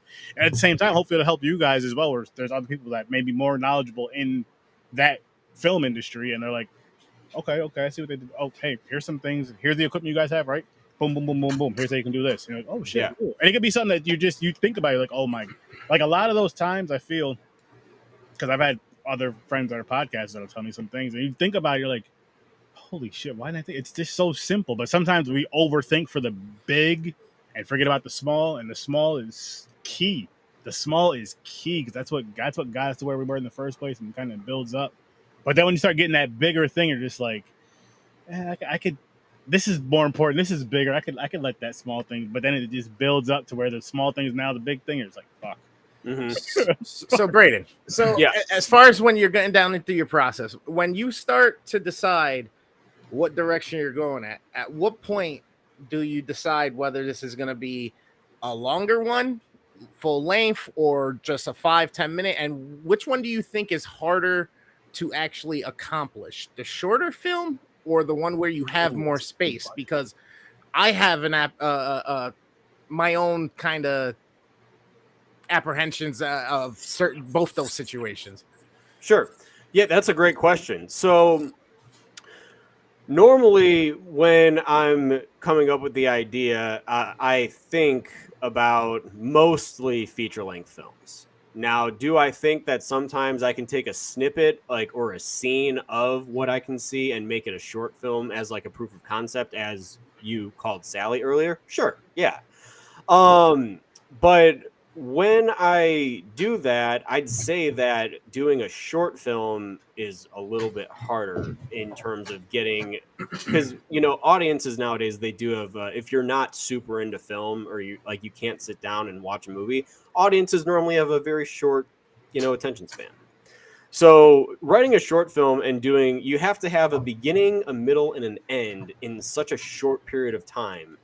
And how are you going to go about doing that is the biggest challenge that you can think of. Honestly, like when I was writing Sally, I looked at the script at one point and I was like, dude, is this too fucking dialogue heavy, or what the hell's going on here? Like, because Sally doesn't come in until the end, but I also I'm a slow burn type of guy. I like to build up to the moment where something happens, which is why, once that third act of Sally starts is like when she grabs Sam's hand or arm. That's like essentially the start of the third act. Then we cut to downstairs. Sam is just enjoying her TV. She hears something, Julie's up, and then that kind of starts to build the suspense for what's now to come.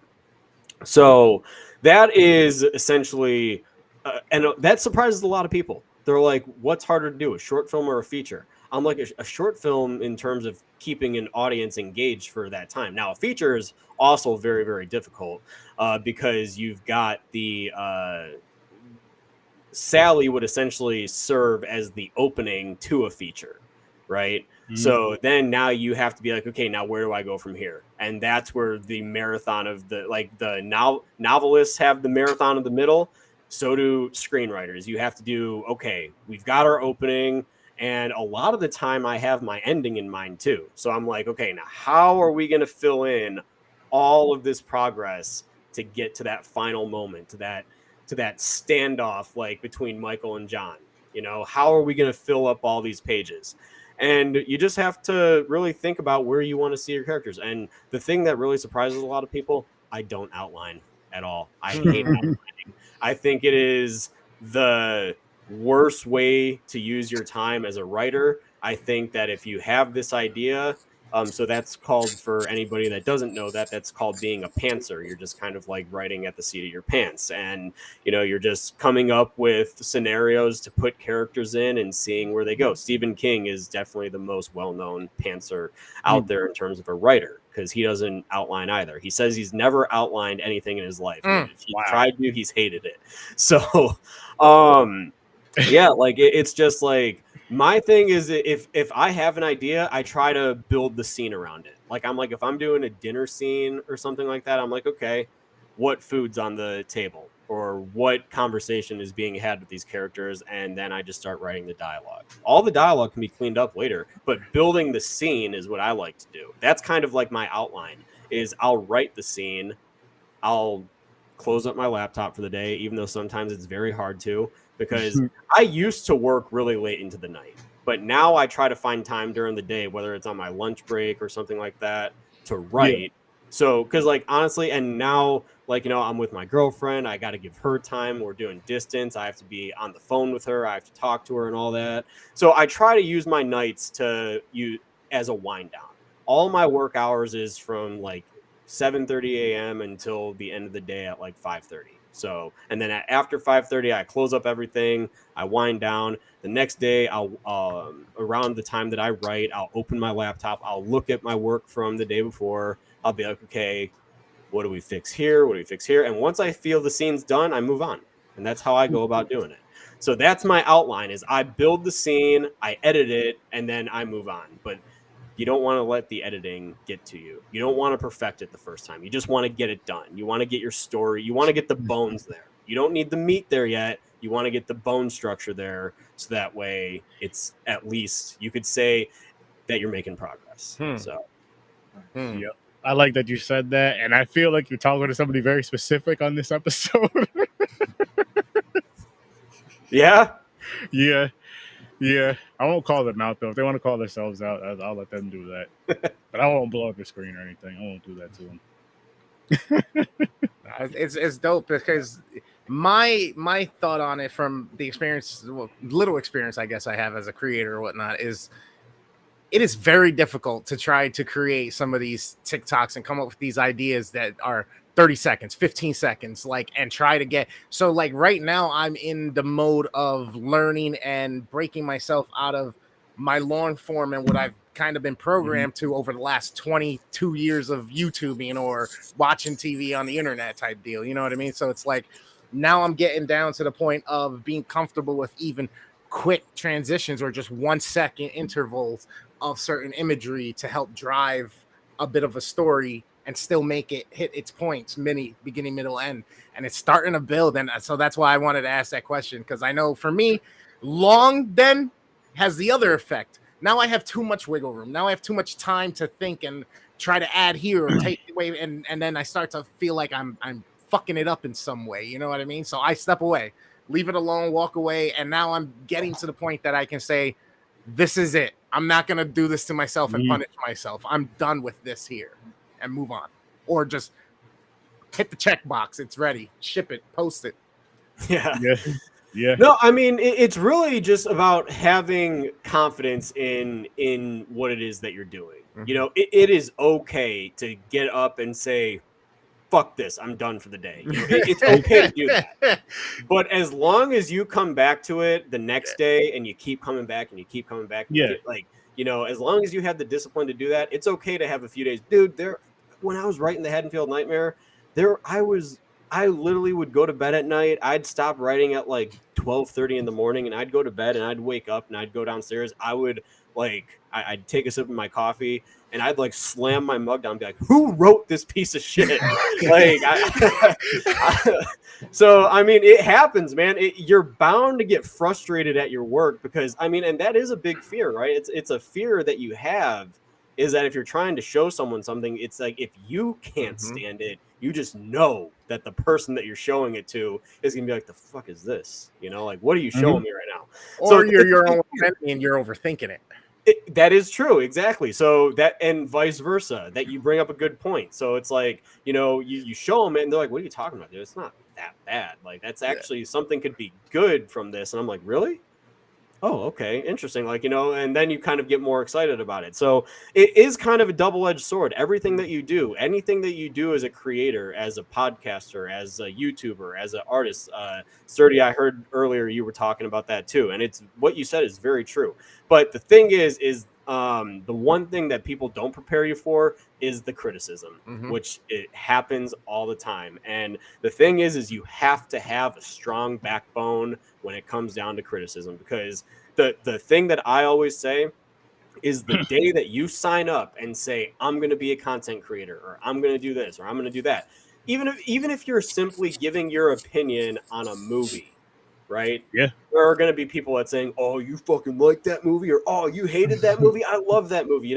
People are just going to find things to comment on, and you have to just, all I do is I heart the message. Like on YouTube, I give it the heart, and all I do is comment, and I just say, thanks for the view, because they're helping it. If they comment on it and they like it, or they dislike it or like it, it's helping the algorithm. It's helping more people find it.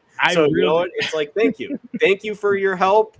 And if we see you again, great. If not, I don't give a fuck. So I had one so far. I had one, right? I don't remember what the video was on. I don't remember what the person said, but I was like, I really appreciate you stopping by to not only watch my video, but to comment on it. And they were like, fuck you. I was like, I hope you have a really great, I hope you have an amazing day. And just left it at that, because I'm not going to that's not going to build me up to do that corny shit with you. That's just a waste of my damn time. Now, if it's constructive criticism, I'll pay attention to that. Yeah. I didn't like this because blah, blah, blah, blah, blah. Yeah. And giving, like, you know what I mean? Like a detailed reason why, but just saying it sucks and all that, that's fine. Yeah. You don't have to like it. And that's why I just try to keep my responses, just positive. like, thanks for watching and everything like that. I mean, my girlfriend actually got upset with me a couple weeks ago because I screenshotted something that someone had said, commented on it, and then posted it on my Facebook. And she was like, why did you do that? She's like, why are you being the littler person now by posting on Facebook for more people to just see this? And I was like, you know what? You're right. So I took it down. She was upset with me about it, but I understood that she was like, you don't have to, go after the guy or try to get other people to or anything. And I'm like, you know what? It's a good point. And I don't ever do it, but it was just such a stupid comment that I was just like, I needed to get other people to just see this idiotic comment. Now here's the way that you can flip into these idiotic comments, stupid comments, right? I got two ways for you, because you do movies now. The dumbest comment, just somehow throw that in the movie in a line. Yeah. Right? Or you have a podcast, so just throw that, like, yeah, it could be like my movie such and such, and then throw that comment in. Either way, just throw a positive spin, funny spin on it. So it's like, now I'm just going to take this negativity, literally use it as positivity, and boom, throw it out there. So it's kind of giving you a shout out and a fuck you in the same way. Yeah. No, I mean, that is a really good point. But I definitely saw, like, as soon as she texted me and she was like, why did you post that? I knew exactly what she was talking about. Sometimes I try to play stupid, I'm like, what are you talking about? But you get, the thing is you can't play stupid with girls. It's just, you can't ever do it. It sounds like you got a publicist and a partial manager there, and essentially, yeah. I like it. No, but I mean, so that was like the one time that I did that, and I normally just comment back, or I'll heart it and just be like, hey, like, thanks for watching, and that's it. And depending on what they say, of course, I would say some just ignore it. If it's just upright disrespect, just ignore that one. But if it's just, oh, this is corny, this sucks, blah blah blah, stuff like that, I'm gonna give you a heart. I'm gonna give you a like. Yeah, exactly. And then the ones that actually say something, I'm like, oh, you know what? I'm gonna think about that some more, about, or whatever the case may be. The ones that actually give you constructive criticism, not just saying shit to say shit. Yeah, exactly. Like that's what I mean. Like, if people have something to say that's constructive, that's gonna help, I don't care if it comes off in the rudest way possible. Hey, you helped us. So I'd prefer it if it was in a more professional, respectful manner, but that's just not how everybody is. People just like to run their mouths at anything. So I mean, I just think that That's what I look for. Is I read every comment. So if people have gone off on it, I've read it. If people have loved it, I've read it. If people thought it was okay, I've read it. So I use it. I take notes, and I'm like, okay, people didn't like this. People didn't like this. Okay, we won't do that again then. So, hey, that's fair. So did you happen to watch the show we did on My Special Boy or no? So I saw that. Wasn't it just posted today? Audio was but the visual, did we do that Tuesday, right? Yes. So much last week Tuesday. Last Tuesday, right? Yeah. Last Tuesday. Okay. So we did it last Tuesday. Okay. So then, so then the audio just posted this past Tuesday because I do the lives and then I have the audio come out a week later. Okay. I know Gotcha. the big. Could you send me the link to that? I'll give that a watch for sure. I'd love to give it a watch. So hell yeah. You sure? No, me and you are good, Chris. Me and you are good. I know. I'm just trying to get him to be like, wait, what? Wait a second. No, we loved it. Me and Dadpool definitely agreed. Yeah. I'm gonna be honest. I wasn't a fan, but Hey, you know what? And that is okay. That is okay. I appreciate your honesty. But what I'll flatten his tires for you, Braden. What I will say though is I can't remember everything I said in the video. I don't remember. That's that was from last week. I'm a different person. No, but what I will say though is, as far as the films and the order that we watched them in, I got to see progression. So I'm like, this is dope. This is freaking dope. Because in a very short time, right? We said what, 2020, 2021, and now Sally 2023. Like, so Sally, came out right at the end of 22. It came out December 15th last year. So, okay, bro, yeah. FTJ baby, FTJ. Fuel the jet. You're way past the little kitten calendars. You know what I'm saying? Yeah, we have nothing in the works coming out this year. All of our focus right now is mostly on just getting the funds for The Last Nightmare, so we can get started on that and everything. So that's what our big focus on. And this one is gonna take quite a bit of time. So. Show you guys the website. Got our website. Yep. Just seen this. We saw this. We reviewed this. Actually, we reviewed all three technically, and they're all streaming. So you guys need to go over. Look at this. They have their own show. Mm-hmm. Yep. Fear Freaks podcast is new weekly. So that's Destiny. That's my girlfriend. Her and I do the podcast together. That's awesome. That's awesome. I think we need to do a little crossover one of these nights, man. I think we'd have a good time. Maybe even showing some of your films. Yeah, you got 26 days left. I'm trying to think when over the next few days I can make a little like TikTok or Instagram thing and just share it everywhere. Yeah. Yeah. Let's do that. I'm trying to find the freaking Indiegogo. Having trouble. Oh, it's right up in the corner. Your logo here is covering it. It says click here to support the last. Oh, got you. So, people, let's get on in here. I just grabbed a second Blu-ray before I pulled this screen up. It means you guys see my information and all that. But they got some stuff in here. They definitely we got a lot of good perks that people can snag. The featured one this week is to be featured in the movie. Even a thank you in the credits, man, goes a long way. Yeah, it does, and I love that just for the simple fact that my name is in the credits, which.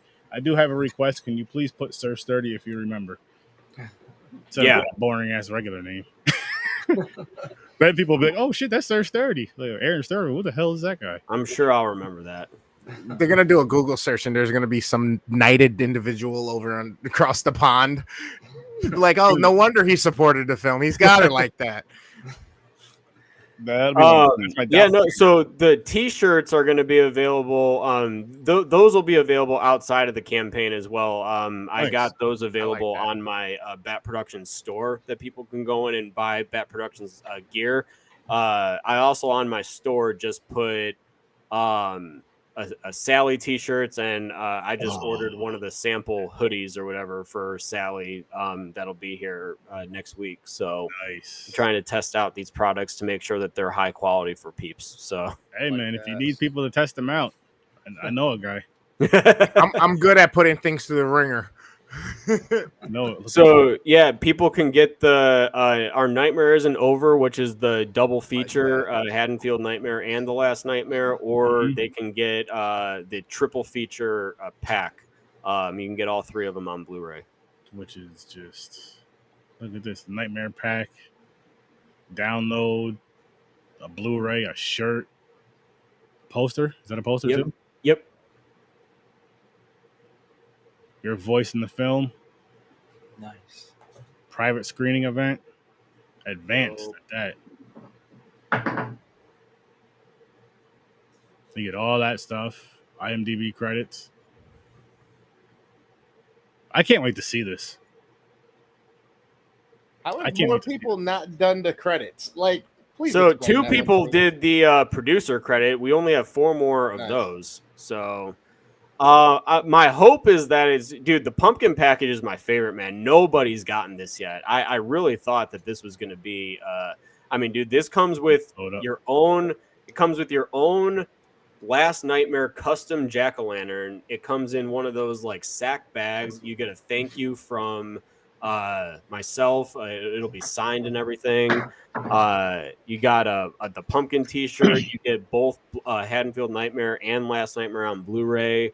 Like, I mean, I'm really shocked that nobody's snagged that yet. They will. But you guys got some really, really, really dope stuff. And you guys watching need to check this out. Share it with your friends and all that. Links are in the description. Yeah, I mean, really, it comes down to, dude, $10 like for the thank you goes a long way. And I feel like sometimes people see it as like we're asking for like an arm and a leg and everything, but really just the $10, man, like it really does help in any sort of way. So, I mean, we do appreciate any and all support that you guys can give us. Doomsday, what's going on?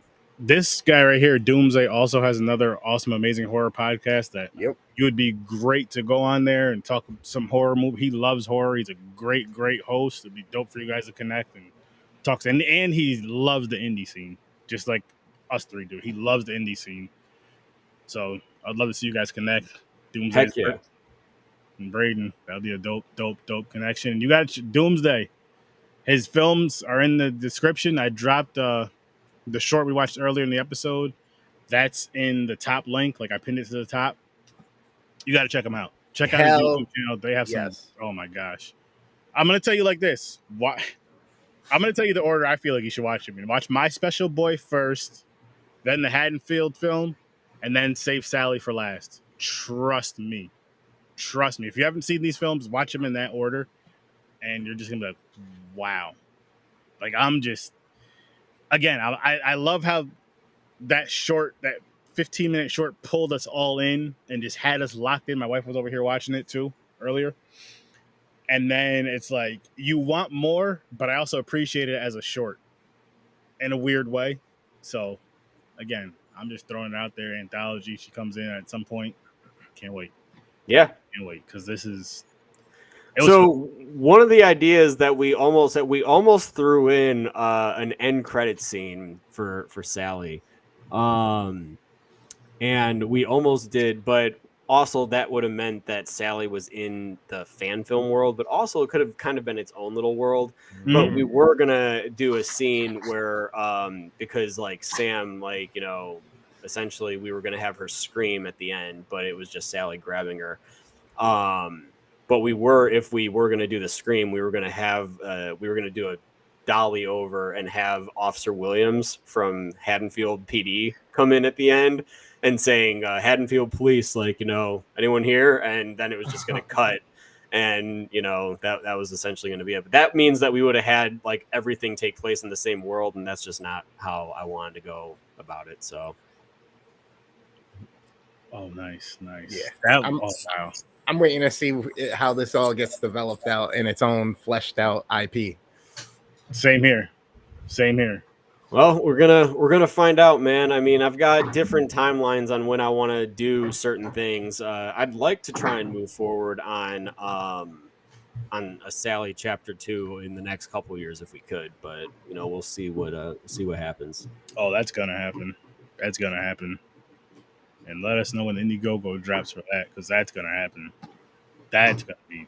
You're gonna get enough to make a full length feature out of that one, because that's a really good. Like that was a really good. Like Chris was saying, what did you say exactly about it? About what? Sally. You can use it as a. I forgot the word you used, or the phrase you used.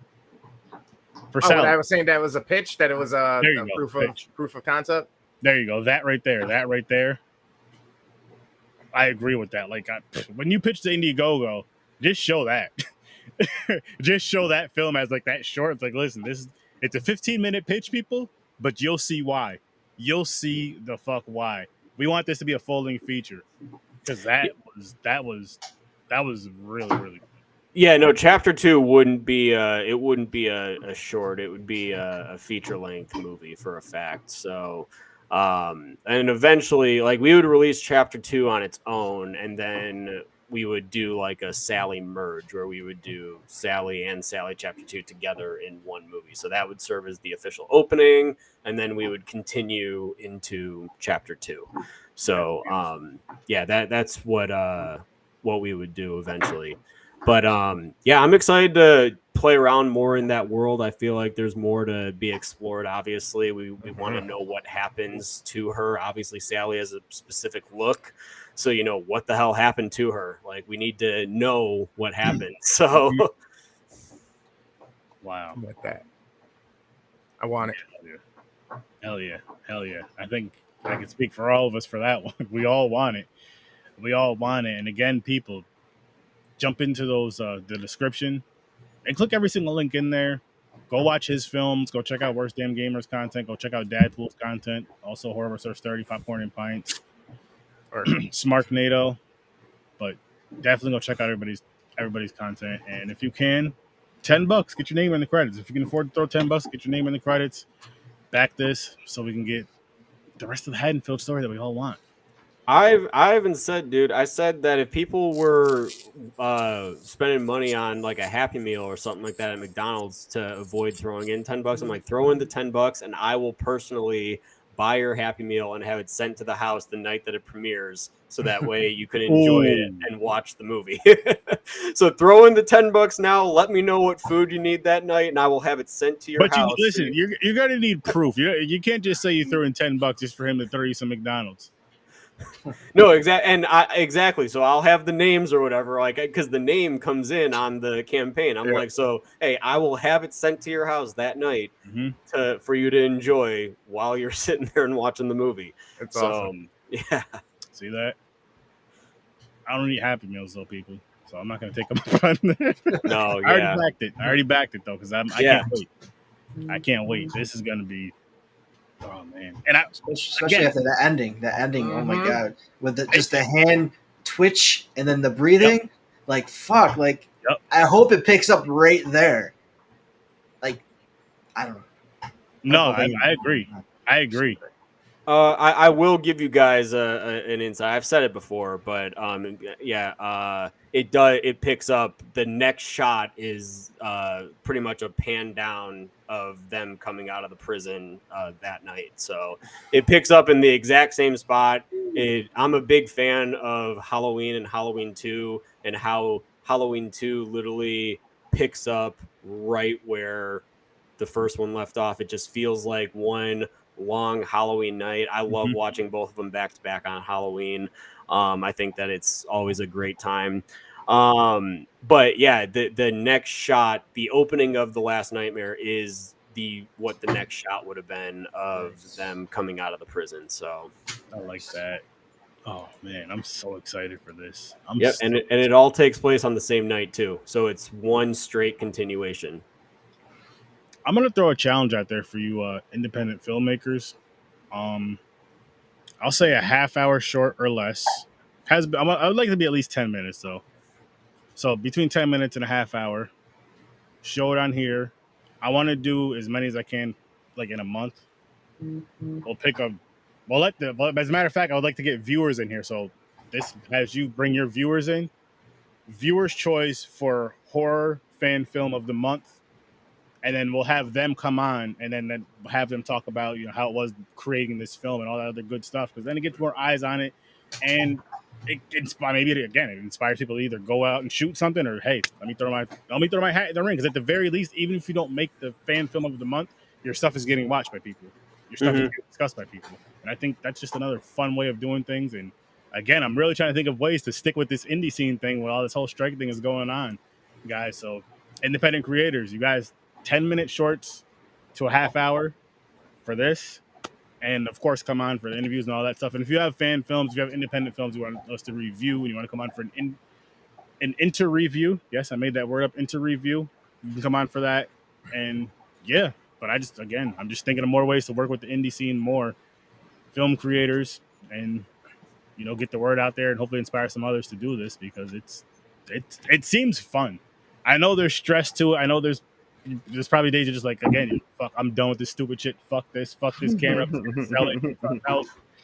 And then you come to your senses and you're like, I love this shit way too much. I would sell my left nut if it would get me to that spot I want to be, and I'd sell my right one if it would keep me there.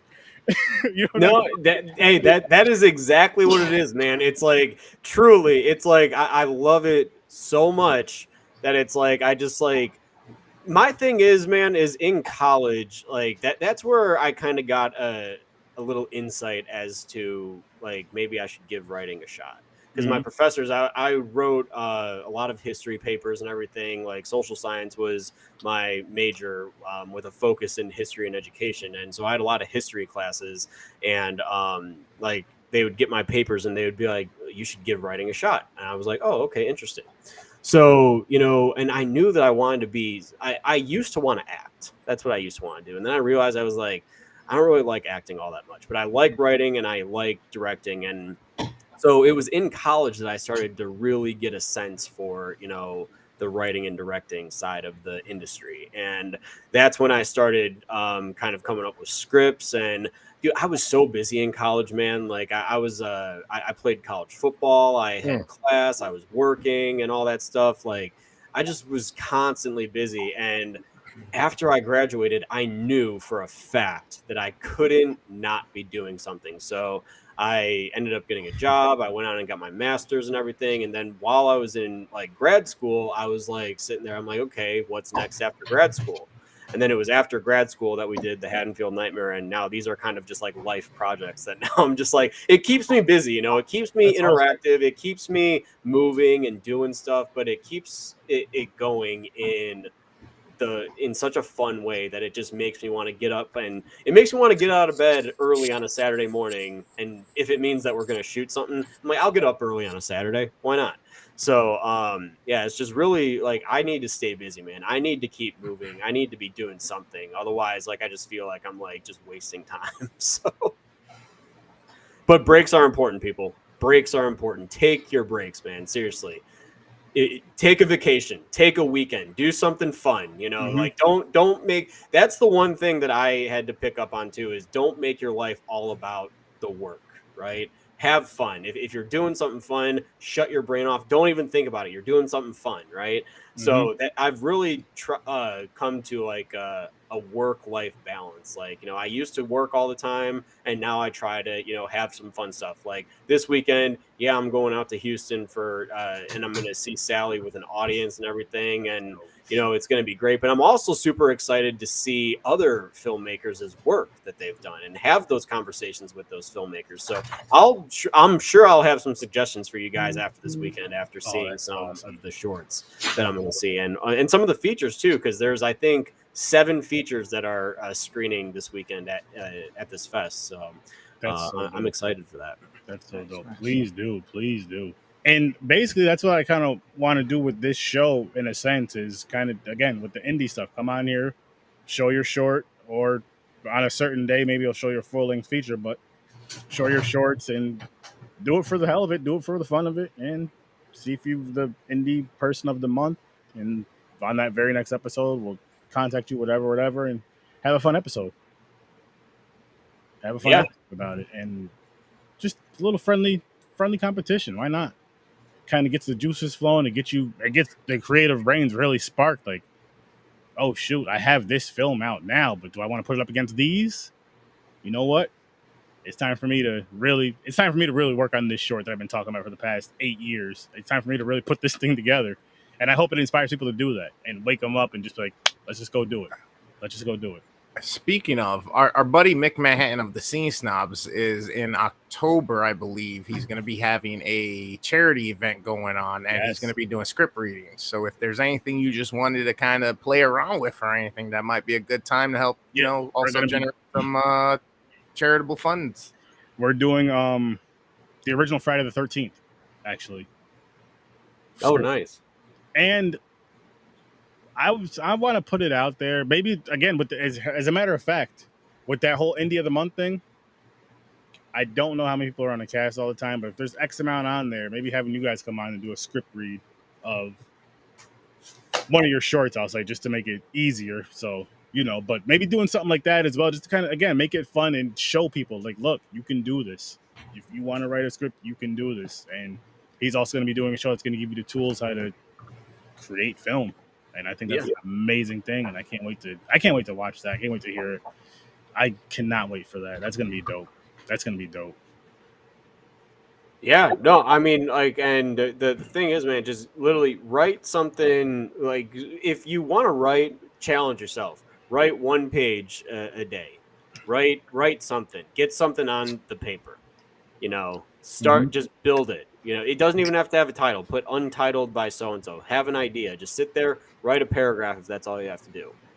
Just get something on, revisit it the next day, and don't worry if it sucks. Just continue it, because then you can go back and fix it later.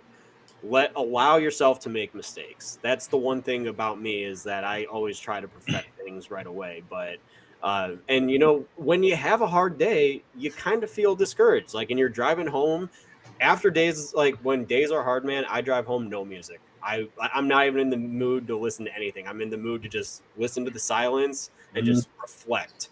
That's definitely one of my biggest things, is like, if something goes wrong, I reflect on it. Or if, like, if a day is hard, it's like it sometimes makes you want to quit.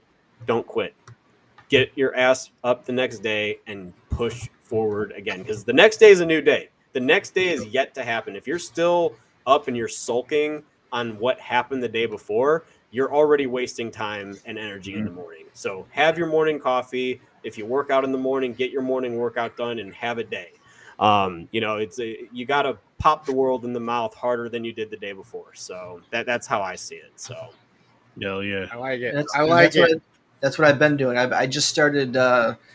Let's go, Jay. Putting some stories, like writing some stories, short stories, and putting them to audio. I just started a podcast, so it's something that I'm taking very seriously now, and something I should have done a long time ago. But these guys have inspired me to do this stuff. So, and then listen to your stories of short form versus long form and how you approach things. Definitely will help me out going forward as well, as far as how I approach it and write these stories. Because there's sometimes where I'm just like, I don't know what to write. I don't know what to do. And then sometimes I can write for like an hour, 2 hours straight. And then it's not something that makes sense, but I know what it means. And I can reorganize it into a coherent story afterwards. So, but I appreciate this interview. This is fun. Yeah. Hell yeah. Yeah, no, absolutely. And last thing I'll say is that literally it's never, ever too late to start something new. It's never too late to start learning something new. I feel like that's one thing, is that we should always constantly strive to do, is try and learn something. And, because if you can learn something, a new talent or whatnot, that just, like, you're working, it makes, like, you could do something at work and all that stuff. Like, it's just, get started on something, learn some new skills and everything. And I think that it could really help you out. So, seriously, Dadpool down there, I'm glad that you found the writing niche and that you're into it now. Worst damn gamer ever. I'm really, really glad that, you're feeling more confident now to go out there and create content. And Sir Sturdy, with your podcast, thank you for being here. Thank you for hosting this, and thank you for creating the content that you do, because that's very, very important to shut your brain off. Like we were talking about when we started, this is why we all do it, man. It's none of us are thinking about anything else right now except just talking and nerding out about film and things that we're passionate about. And that's why I do it. Like in my opinion, if people do that for any other reason, they're in it for the wrong reason. You should enjoy the hell out of this. You shouldn't be in this to make money. If you're doing that, you're in it for the wrong reason. So I say if you're doing it for the money, you're not going to last. And I'll say that more so for, I'm not talking about the people that already have money and they're already rich and famous. No, not them. I'm talking about the regular guys like us. You're not going to last because, and I was on a podcast panel where someone was like, do you guys make money podcasts? And I was like, no, absolutely not. It's possible, but I was like, if you're in it for the money, you might make 10 episodes and then you're going to quit. If you're in it for the money and the views, I think if you're in it for the passion, you're going to keep doing it until you get bored of it. If you ever get bored of it. Like if I ever get to a point where I don't like doing this anymore, I'm going to stop, which I don't see that happening because I mean, I've been watching horror since since about 5 years old. I've been talking about horror since I was about 5 years old. So I'm like, I might as well do something with it. At least talk to other people that enjoy this genre of film or art, whatever it may be. And, so why not do it? Exactly. Jayhan, I got to get you on one of these nights, man. One of these indie discussions too would be great when we have an indie creator, indie filmmaker on here, so you can watch their movie, review their movie. But not only that, but I know you're a gamer too. You do some indie stuff to help come on here and inspire other people that want to be gamers. I'm gonna have people come on like that, but on a horror episode though. Still, you still got to watch a horror movie and all that, but come on and should give other people a shine because again, we can all help each other grow, and we can say "fuck you" to Hollywood. We're all independent creators. We all actually care about people caring about the content that we put out, not just putting it out as a money grab. And shit, we'll get it up there. We'll get it to where people are paying to see our stuff, paying to see your guys' films and all this other stuff, and wanting to see our stuff, and and vice versa, paying to see their stuff as well. That's what it needs to be. And again, fuck Hollywood because they're greedy, sick bastards, and they need to pay and take care of the people that got them there. Yeah. Last thing I'll say here tonight is I'm gonna shout out one of my favorite. He is in Hollywood now, but one of my favorite directors working today, David F. Sandberg. He directed Lights Out, Annabelle Creation. Those were great. I mean, Annabelle Creation is a sequel to a not great Conjuring movie. So, and it's actually really good. So, but he made short horror films online. His channel name is Pony Smasher. Pony Smasher. Yeah, he has all of his short films still on his channel, and he does also now make videos on like Warner Brothers sent him over all of his footage from directing Annabelle Creation. He's just a great guy, man. And there was an interview he did on Film Riot. If you look up the David F. Sandberg interview, highly recommend watching. But he talks about when he was hired by Warner Brothers to direct Lights Out based on the short film that he did. The short film's only like 2 minutes, and it's terrifying if you guys haven't seen it. No. And actually, I was laying in bed at night with my blanket up. I was just looking around my room after I was done. But yeah, I think that it's great, and it got picked up as the feature that we know of today. And he talks about while filming one of the scenes that's in the movie, it's like the flashback of Diana. It's kind of got that old archive footage, and it's showing Diana prior to becoming the creature that she is. That was all shot on a handheld camera that he brought to set. And he told, this is what I mean though, the point I'm trying to get at is independent filmmakers know how to make things for a low budget. And that's the footage that made the final movie. But literally, and he told Warner Brothers this too. He was like, I'm going to take these 2 actors and I'm going to go and shoot them. I just need them to. We don't need a whole crew. And Warner Brothers sent him out there with a whole crew and everything. And none of that they shot made the movie. While they were setting up, he actually just took the little girls on the back lot and he was just doing what he asked them to do. And that was the footage that made the movie. And he's like, see, what did I tell you? We could have done it so much cheaper. We didn't have to use all the labor or anything. We could have just done it like that. It literally took him like an hour to do, like Shit. without all of that stuff. So it's like, and that's what I respect so much about him, is like he understands that if something could be done for cheap, he understands the independent side to like, I mean, and if you watch some of like his behind the scenes stuff, dude, he he went to Home Depot. He made a homemade dolly for like literally $30, and he got pipes and just kind of like got a piece of wood and put wheels on it to use as like a dolly. It's a really, really good channel if you guys are interested in independent filmmaking, just seeing how he did it, because this is a Hollywood director now too. I mean, he like was making super low budget films, and I mean, I love the guy, man. I think he's great. He's got a great sense of humor. I'd love to meet him and talk to him. He just looks like he's like one of those guys that you just want to meet at a bar and just sit down and shoot shit with and have a beer. You know? Like, Yeah. So yeah, great guy. That's awesome. No, that's awesome. I guess we can wrap this one up. This was a great episode. But guys, again, hit that description, hit every single link in there. Everybody deserves to follow and all that good stuff. Make sure you go check out Braden stuff, though. Those movies, again, watch them in the order. Yep. Watch them in the order that I told you earlier. My Special Boy. My Special Boy, Haddonfield, Sally. And then start hitting them up in the Sally comments saying, we need more. We want more. Hurry up. Go donate $10. Yes, go donate $10 to the Indiegogo. Get your name in the credits. Get your name in the credits. Because, yeah, we want to see part 2 of that as well. Yeah, and thank you guys again for having me, man. Seriously, this was a ton of fun. You guys are all great, and just seriously keep going with what you guys are doing. I'm excited to see where you guys go as well. Thank you. Back at you. Thank you for coming on. Greatly appreciate that. Thank you for showing up and all that great stuff. And I can't wait to have you on again. And I mean, if you don't mind, we could throw Sally into, and I'll wait till we get more hats in the ring, but we can throw Sally into that whole indie, film creator of the month. And again, I want to do it with shorts because long form is too long, and I want to do it with the shorts so I can show it on the show.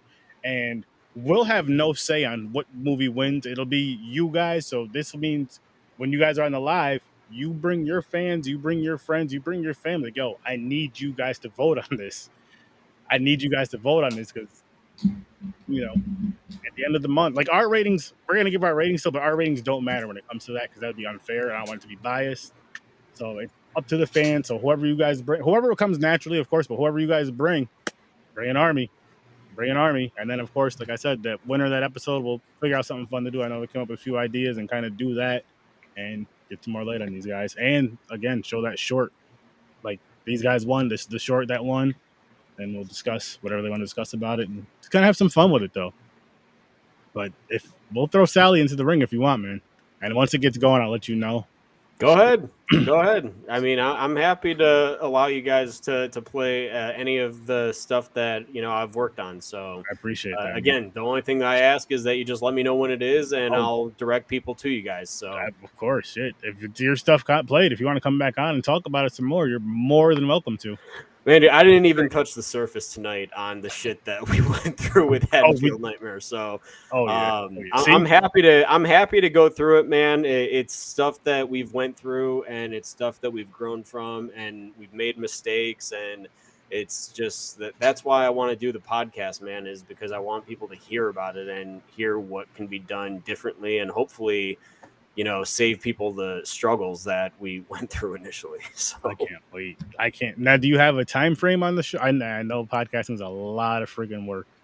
Yeah, I'm trying to get episode 1 out by October 1. Okay. So, I'm trying to get it started. I know the first guest I'm going to have is my director of photography who wrote The Last Nightmare with me. Him and I are going to, we're going to talk about, it's really just going to be the ins and outs of independent filmmaking. That's what episode 1 is going to be, like why it's good, why it's bad. And that can be a multi-episode thing as well. So I have another thing. So let's say, I'll figure out some dates. It may not even be on my regular Tuesday or Thursday. Maybe on a different day, maybe a Saturday or something, like in the evening-ish before our other show. But before your that podcast episode drops, you said you're dropping October 1. We could do a live maybe like that week before at some point and talk about the Haddonfield and how it was being on set for that, but also then promote, like, listen, October 1st, he's going to be giving you guys pointers on how to do this stuff. And he's telling you guys the nightmares now, but he's going to tell you guys how to get out of them. Yeah. His show. No, yeah, man. I mean, I'm happy to do that. Like, as long as our schedules align and everything. I know the fall is going to be pretty busy. At least the middle of October is going to be busy because I'm going to be in Chicago for 10 days. My buddy's getting married. Misael, if you're watching tonight, congratulations. I'm going to say it numerous times between now and then. Congratulations, yes. But yeah, as long as our schedules align, man, I'm happy to come on. Oh, hell yeah. All right, we're going to make that happen then. We got to make that happen because it'll just, why the hell not? It'd be fun. Yeah, it's going to get that story. It's going to make you guys come back to hear about what the hell went on set for the Haddonfield movie. Yeah, and if any of you guys are going to be traveling out to the West Coast for the Halloween 45 convention, I will be there at the end of September. So, dope. Yeah, that's in Pasadena. So if anyone is going to be there, come on up and say hello. Do it. Do it. But again, people, check out the links in the description. Everybody that commented, make sure you guys go follow them. Everybody have a great night. I'll see you in your nightmares. Peace.